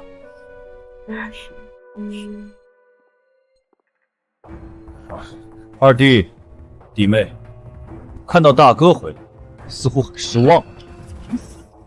这里不是秦轩的计谋，我上当了。就知他没死，并提前筹谋，在路上将他劫杀，说什么都晚了。没有，大哥你能活着回来，兄弟我高兴还来不及呢。是啊是啊，大哥没死太好了。哼，你们刚才不是要打断我哥哥的腿吗？现在怎么不打了？什么？你要打断我儿的腿？没有，绝对没有这回事。你们不是很嚣张吗？继续抢爵位呀！刚才都是误会。误？那你们方才是要对我的妻儿做什么？我只是担心大哥去世后，嫂子又要管孩子，又要操侯府，太过辛苦，这才想替大哥照顾。是啊，我们也是心疼嫂子，为她分忧嘛。哼，方坤，你们做过什么？想必心里清楚。今日是我家团聚之日，我不想见血，带着你的人滚出去！是，我们这就走，不耽误大哥一家团聚了。若非你有兵权在手，我才不会怕你。不愧是我那英武不凡的爹爹，将军之才，果然高大威猛。这孩子怎么和儿长得一样？夫君，这是我们的另一个女儿安安。我知道你有疑惑，这些日子发生了太多事，我等下再与你细说。安安，快来拜见爹爹。爹爹好，我是安安。安安好，爹爹回来了，以后不会再让你们兄妹受欺负。太好了，这下爹爹也平安无事了。接下来就是大姐姐了。爹爹和娘亲还不知道，大姐姐快要被夫家搓磨死了。知意每月都来信，信中说夫家待她极好，怎么会被夫家搓磨？可安安不会说谎，我得尽快见到我的知意才行。雷嬷嬷，派人给知意送信，就说他爹平安回京，请他回来参加接风宴。是。知意，自你出嫁后3年都没回娘家了，这些年过得可好？女儿过得挺好的，娘亲不要忧心。虽然你时常写信回来，可你这孩子报喜不报忧，爹娘怎么可能不担心你？是啊，大姐，那蒋世成真的待你好吗？夫君他待我很好的。你大姐姐嘴真硬啊！明明在蒋家连顿饱饭都吃不上，却还要强装过得好。这么说，大姐姐受欺负了？岂止是被欺负，当年你大姐落水被蒋世成救起，因失了名节，被迫嫁给他这个穷进士。其实这一切都是周华锦搞的鬼。又是二婶这个坏蛋，那蒋家穷得揭不开锅，全靠你大姐的嫁妆养活，想对他更是动辄打骂，天不亮就逼他起来干活，太过分了！我要为大姐姐报仇。不止如此，那个叫陶娘的女人是蒋世成的外室，两人还有了孩子，却骗你大姐姐陶娘是一位上官的外室，因主母凶狠才住在蒋家。他还让你大姐给陶娘端茶倒水伺候月子呢。奇怪，他们怎么都在看我们？难道他们能听见我们的对话？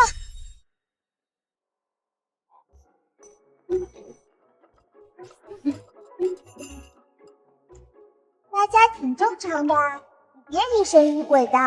好吧，明日你那渣姐夫就会拖家带口来京城，到时候你可要好好招待他们母子。放心吧，招待这种事我最在行了。我的知意，你受苦了，都怪娘不好。当初只查到这蒋家还算清正，却不知他们背地里如此狼心狗肺啊！不管娘亲的事，都是周华姐害的。你放心，娘亲一定帮你报仇。对了，娘亲，那个和儿长得一样的孩子，到底怎么回事？看来你也能听到安安的心声。对，刚才吓了我一跳，这孩子似乎非比寻常。此事说来话长，等下我再告诉你。现在你打算怎么办？我一直感念蒋世成的救命之恩，任由他欺我辱我都忍了下来。这一切都是二房的算计，他竟敢骗我去给外室伺候月子，这件屈辱我定要让他加倍偿还。没错，咱们不仅要报仇，还要同他和离。女儿一定要与他这等卑鄙小人和离。这就是我大姐姐的夫君和婆母呀！今天我可要好好招待你们。亲家母突然来京，也不提前告知，未免太过唐突。我家世成政绩出众，上面将他调任到了京城周边的余县做县城，能先来侯府，可是抬举你们。姐夫脚边的包袱是给我们带的礼物吗？臭丫头，别胡说八道，这是我们的行囊。空手去别人家做客，可是很没教养的，对吧，大姐姐？是啊，安安，确实没教养。方之一，你别太过分了，我们都是一家人，何必在乎这些虚礼？就是。再说了，我们事成高升是喜事儿，你这做岳母的理应表示表示。不知你们要我如何表示？我家世成初来乍到，你怎么也要拿些金银珠宝给他打点官场吧？全家都靠大姐姐的嫁妆养活，如今还敢上门打秋风，脸皮比怀泽的毛皮都厚。我怎么感觉你在骂我？你儿子还未上任，便要贿赂官员了？你可知这是触犯律法，重则满门抄斩。秦轩，你敢咒我儿子？就你这德行，难怪养出的女儿都这么没教养。你说什么？有种再说一遍。哎呀，我的头巾又犯了，这真是疼死我了。婆婆别怕，我大姐姐人美心善，你疼死了，她肯定会帮你收尸的。你什么时候死啊？你这个死丫头！方之一，你还愣着干什么？他小屁孩不懂事，你也不懂事吗？还不快过来给我母亲揉一揉！我妹妹比你们母子懂事多了，而且你母亲头疼，又不是我母亲，你不帮她揉，凭什么要我去揉？方之一，你别以为回了娘家有人撑腰就敢这么跟我说话！你行了行了，这母女俩一样小家子气，我也懒得跟他们计较。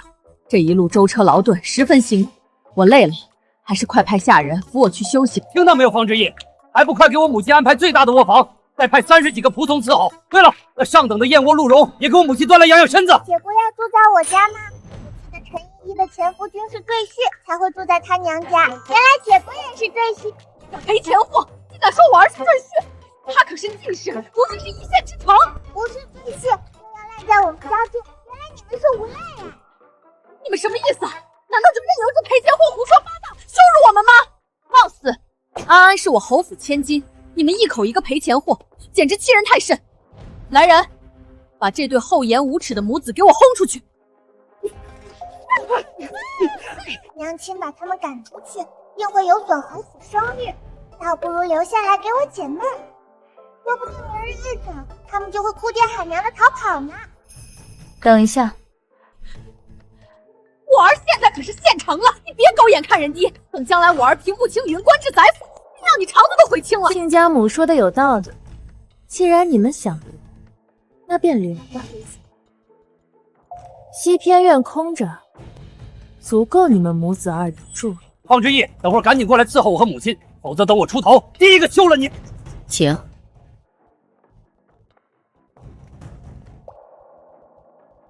怀泽，这蒋世成这次入京，可将那外室和私生子带来了吗？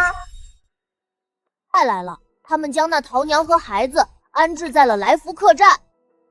若桃娘能主动跳出来承认自己和蒋世成的关系，那么渣男姐夫的仕途就全完了。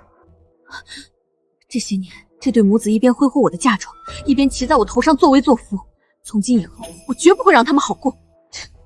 放心吧，等到和离那日，他们花了你多少嫁妆，娘亲定会要他们如数奉还。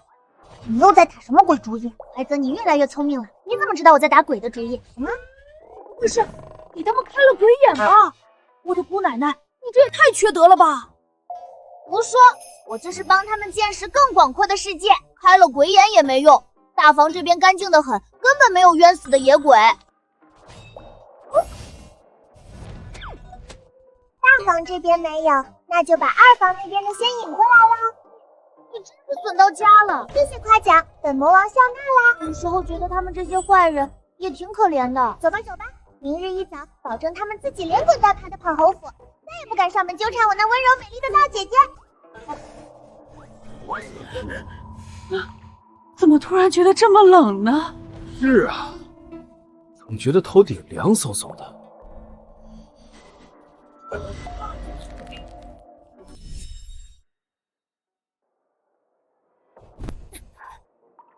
呦，谁走路不长眼？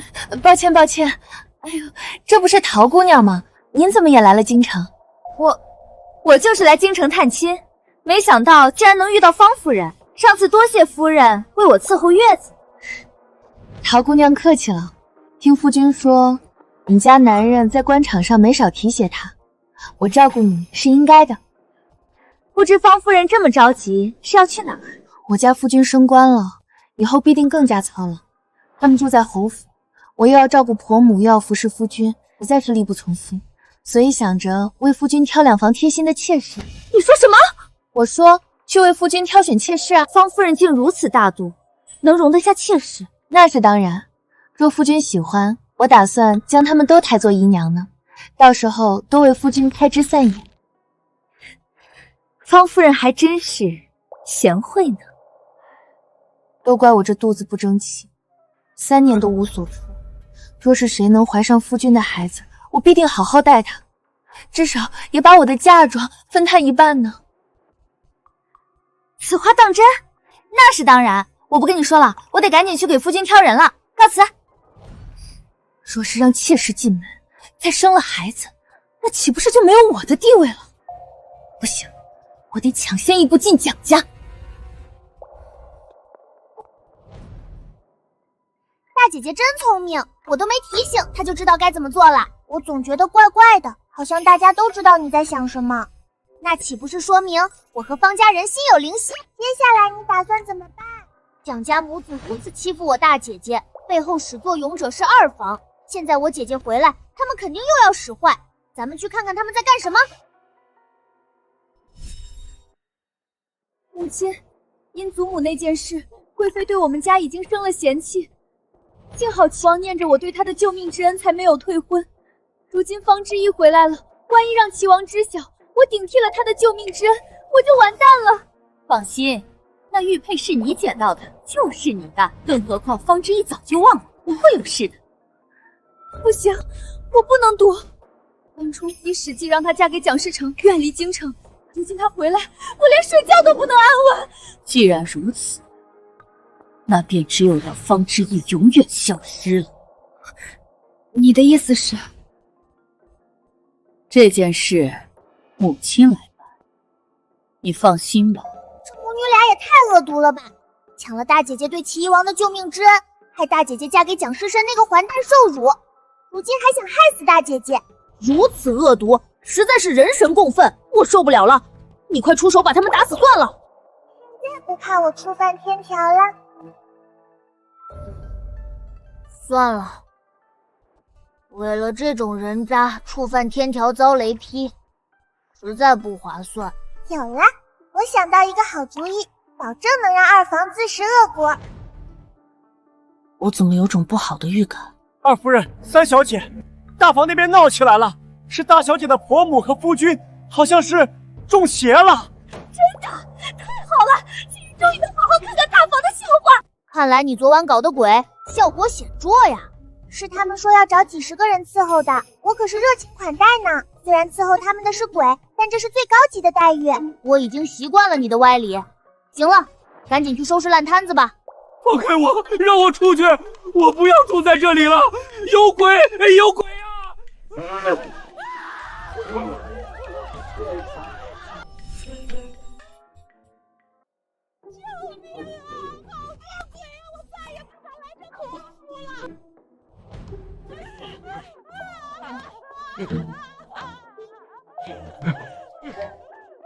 这俩人不会是被吓疯了吧？你下手真是没轻没重的。我这么可爱，怎么会吓到人呢？是阿飘吓的，又不是我。鬼眼是你给他们开的，阿飘也是你招来的，不是你是谁？我也没这么好啊。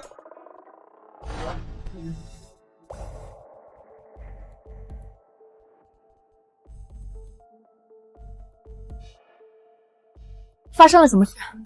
回大夫人，这二人突然大喊大叫冲出来，像是中邪了。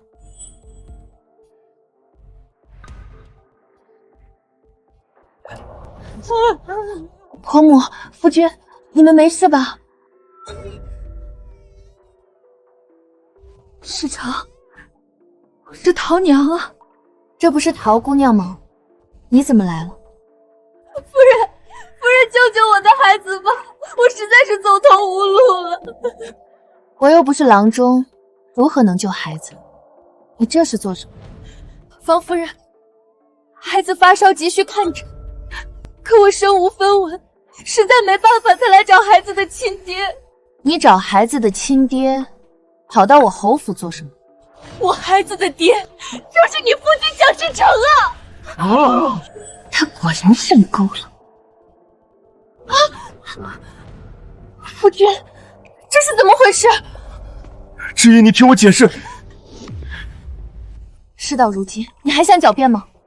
你说他是你上官的外室，因家中主母单独容不下，才会接到蒋家休养，甚至还让我给他端茶倒水伺候月子。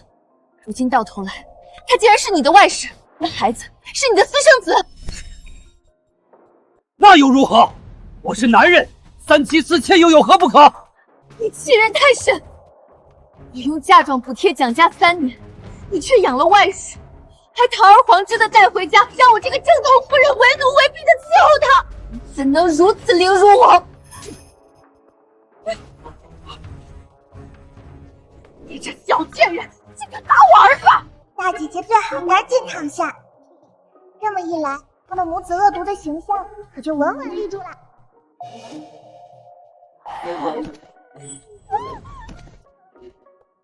竟然真的摔倒了，他该不会能听到你心声吧？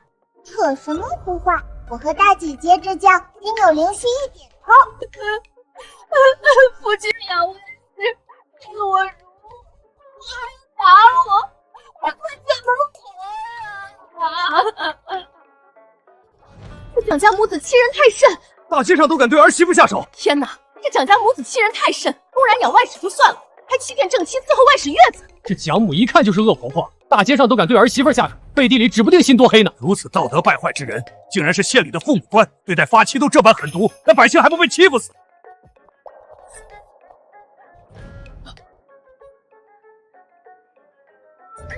蒋世成，我侯府千金嫁入你蒋家3年，孝顺婆母，贴补嫁妆，可你竟敢如此苛待她！岳母，这都是误会。蒋世成，我要与你和离。大姐姐要和离，太好了，太好了！拜托烂人烂事，恭喜家宅兴旺，日子顺来，我支持大姐姐和离。我也支持方大小姐和离，此等渣男不配做侯府女婿。签了这和离书，否则今日别想离开侯府。我不和离！又想继续纠缠我大姐姐，看我怎么收拾你！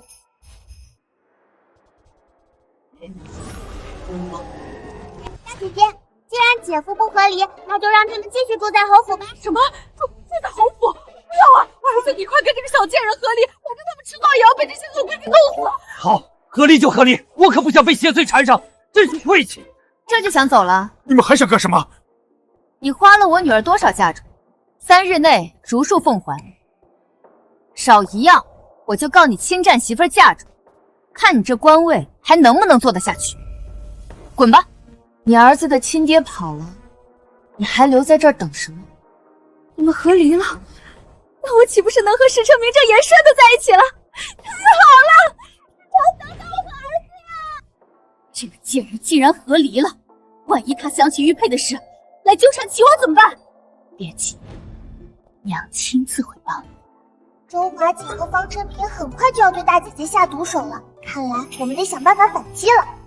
反击可以，但是切勿乱来哦。不乱来，我还是大魔头吗？哎，这轮回仙我是真不想干了。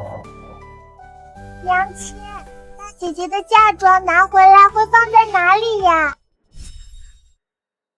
知意的嫁妆自然是先存进我的私库。能不能先放进侯府的库房里？虽然不知道安安要做什么，不过他一定有他道理。好，娘亲都听安安的。大姐姐，从现在开始，你要把所有值钱的首饰都戴上，搭配你最贵的衣裳，越奢华越好，越美艳越好。可我不喜奢华，我还是喜欢素雅一些。大姐姐，好不好嘛？好，好，好，大姐姐什么都听安安的。太好了，娘亲，大姐姐穿漂亮些，可要记得多去二房那边炫耀一下哦。好，没问题。那蒋世珍还不上所有嫁妆，只还了一半。你娘亲一纸状书将他告了，如今他不仅入了大狱，就连官职也丢了。最可怕的是，那牢狱里的冤魂野鬼可比侯府多多了。怕是他不被吓死，也要被吓成疯子。活该！谁让他欺负我大姐姐，这都算轻的。安安，你把我叫来这里做什么？偶遇呀！偶遇？方之意这个贱人，竟然打扮成这样，摆明了要勾引齐王殿下。这就是大姐姐之前救过的齐王，当时大姐姐还捡到了他的玉佩，结果被方真真偷走，冒领了救命之恩，还与齐王定下了婚约。我救过他吗？好像还真有这事儿。安安不说，我都忘了。这二位是？殿下，这位是大房长女方之意，最近刚被夫家休弃呢。你才没休呢，我大姐姐分明是和离。那又如何？刚和离就打扮得如此花枝招展，可见是个不安分。殿下以貌取，怕是不妥的。姐姐平日里喜欢素雅，可今日齐王殿下一来，便故意打扮得如此招摇，还恰好跑到花园里与我们偶遇，是不是有点太刻意了？是我让大姐姐带我来的。真真姐姐是不是穿戴不起这些首饰，所以嫉妒我大姐姐呀？你胡说！哼，小小幼童满嘴铜臭，未免狗眼看人低。真真是本王的未婚妻，她若喜欢，本王自会把好的都给她送来。是吗？可我大姐姐不需要未婚夫也能穿戴得起呢，就是比你有本事。安安说的对，我们去逛街，今晚有花灯呢。好呀好呀，我要买最大的兔子灯。这姐倒是有意思。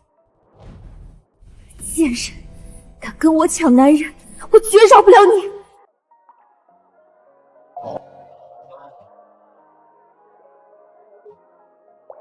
大姐姐快看，那个灯会转！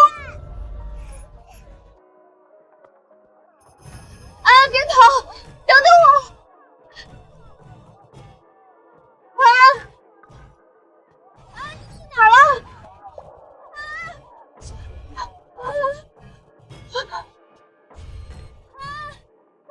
儿了？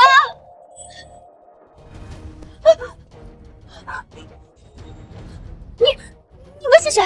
我可是侯府大小姐，你们别过来！侯府大小姐，我们找的就是你。有人花钱买你的命，识相些，别喊，别挣扎，下手快，保证不让你受罪。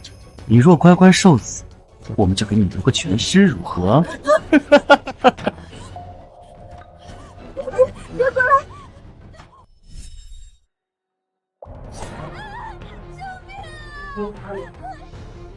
今日神仙来了，娶不了你。神仙救不了，那就大魔头来救。姐姐别怕，我来了。姑姑，给我撞扁他们，让他们在墙上抠都抠不下来。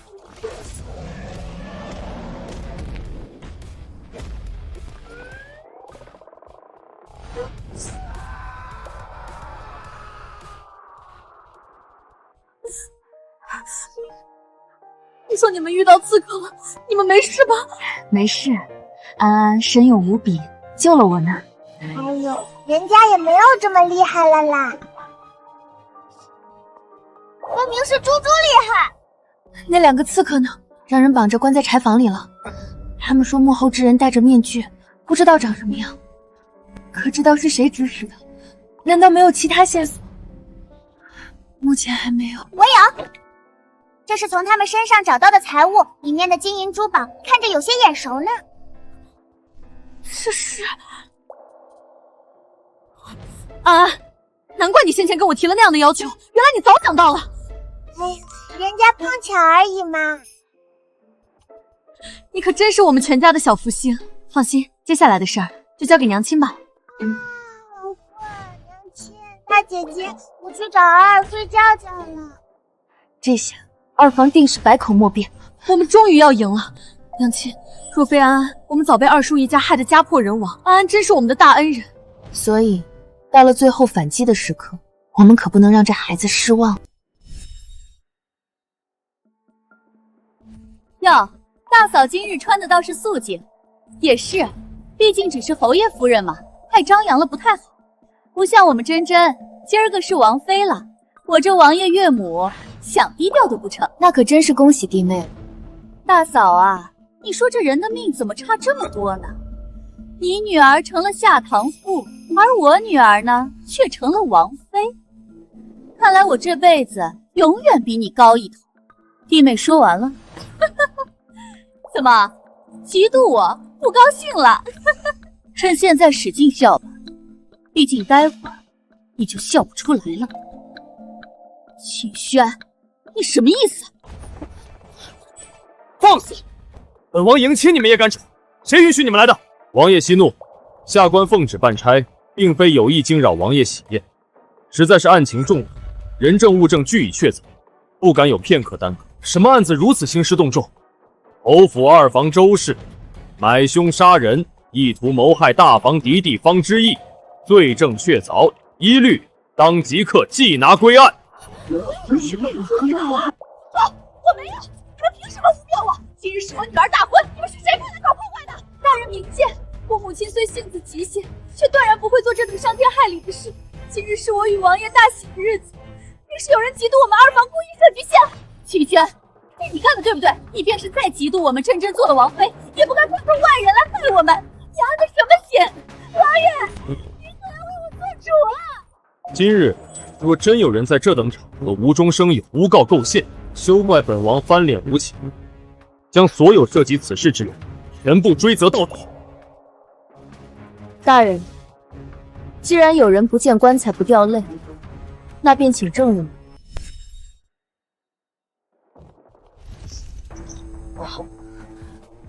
王爷，上元节当夜，这二人于灯市后巷持刀行刺民女，被当场擒获。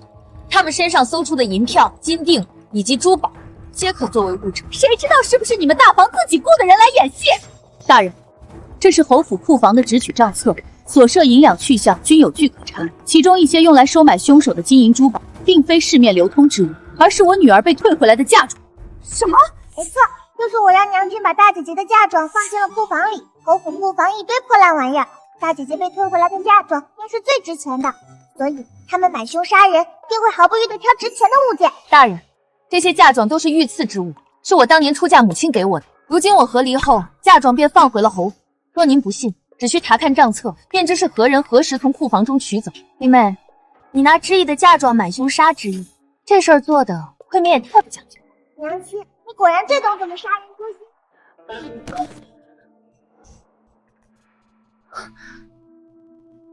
既然人证物证俱全，便是本王的岳母，本王也绝不徇私。押走吧。秦轩，你这个贱人，是你做的局，是你谋害我。事到如今，你还是死不回头。即便真是我做局，你若不买凶杀人，我这局自然做不成。看到母亲被抓走，竟然无动于衷，他真的是当初救我的恩人吗？王爷，母亲已经被抓，我也没办法改变。今日这么多宾客，咱们还是继续完婚吧。你母亲出了事，你还有心情完婚？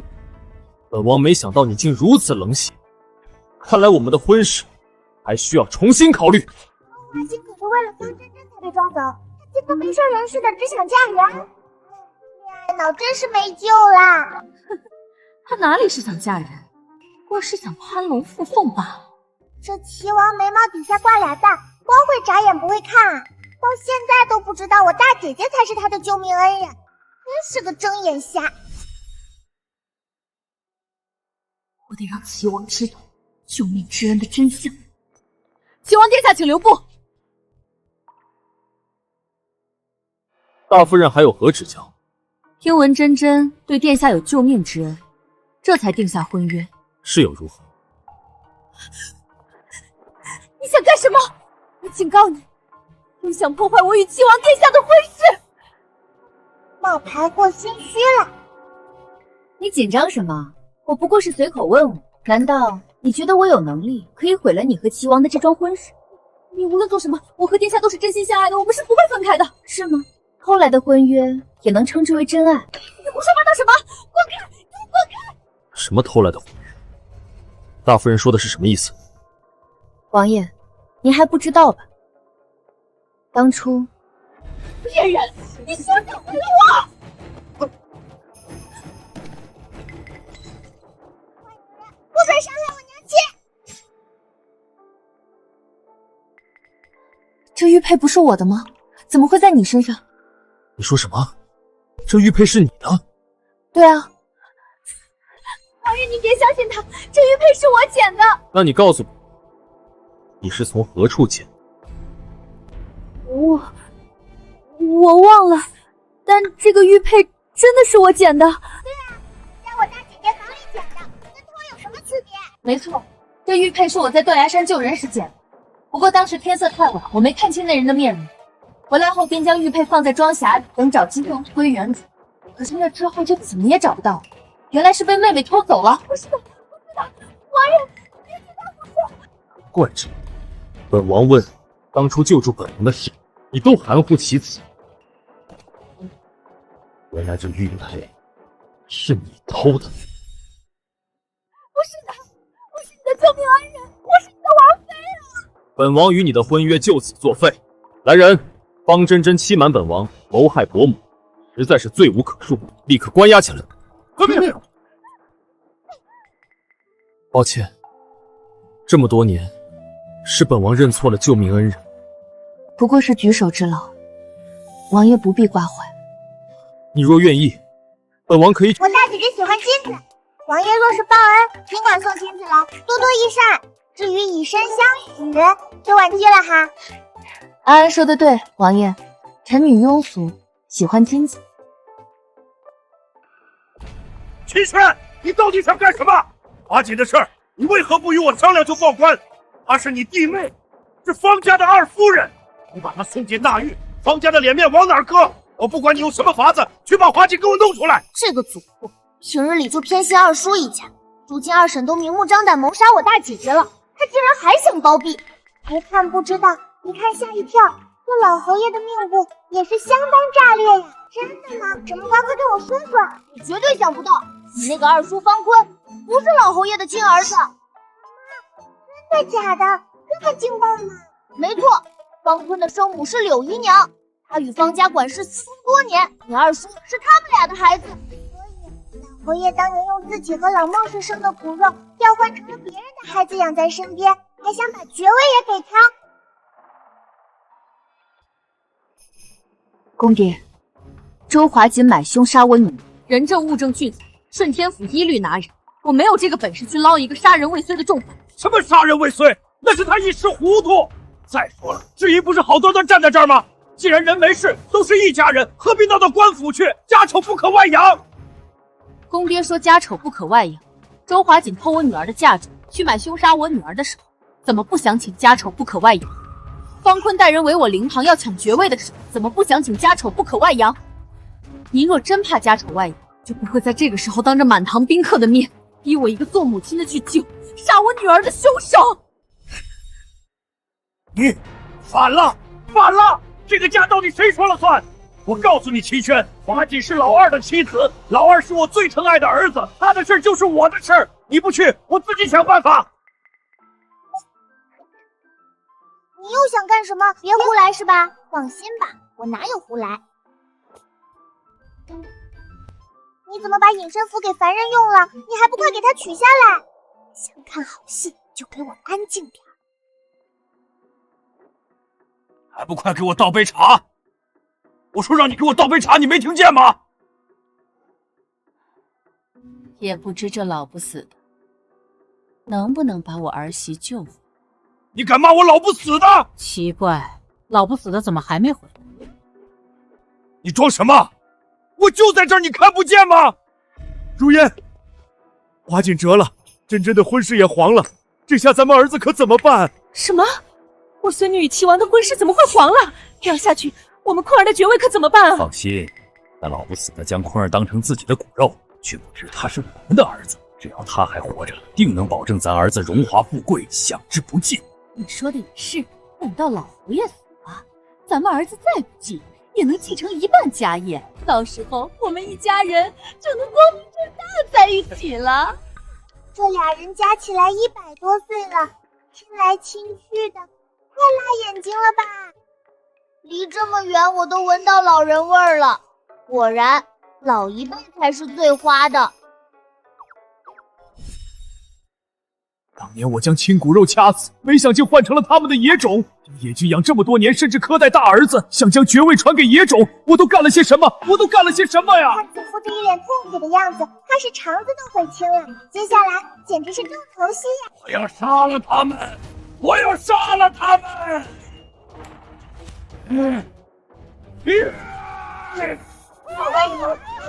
贱人别跑！老子弄死你们这对狗男女！这么玩，太厉害了！论不给你第二，没人敢称第一啊！我这魔头的名号可不是浪得虚名。走了，去看戏喽！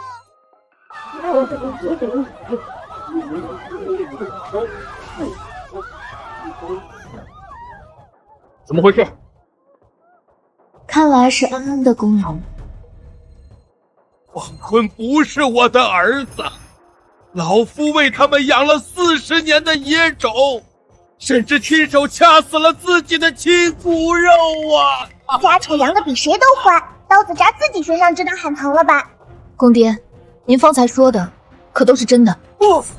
不是的，是这对奸夫淫妇害死了我的幺儿啊！来人，快把他们2个给我抓起来进猪笼！老爷饶命！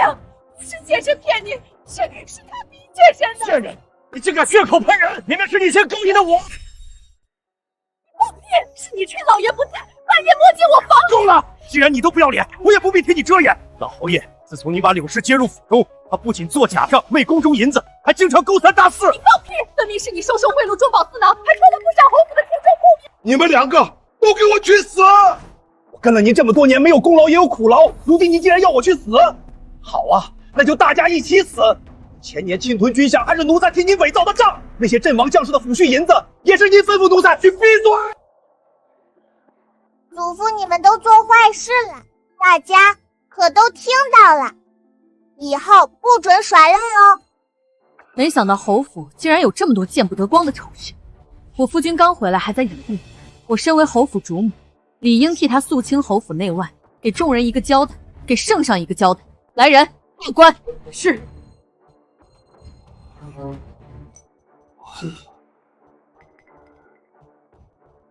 绝完了！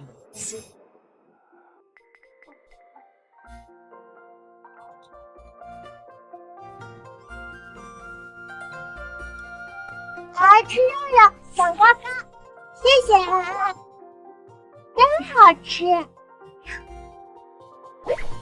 安安怎么光给R家，不给大哥家？我可不高兴。就是，我这大姐也要吃醋了呢。可是我在对面，我胳膊够不到了呀。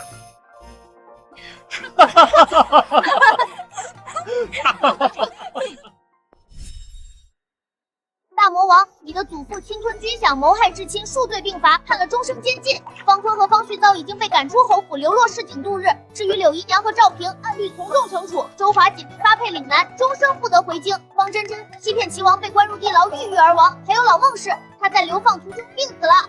我不仅救了娘亲，还救了大家。大哥不坐牢，姐姐不被害，儿不嫁屠户，爹爹继承爵位，娘亲不被凌虐。太好了，大家都好好的。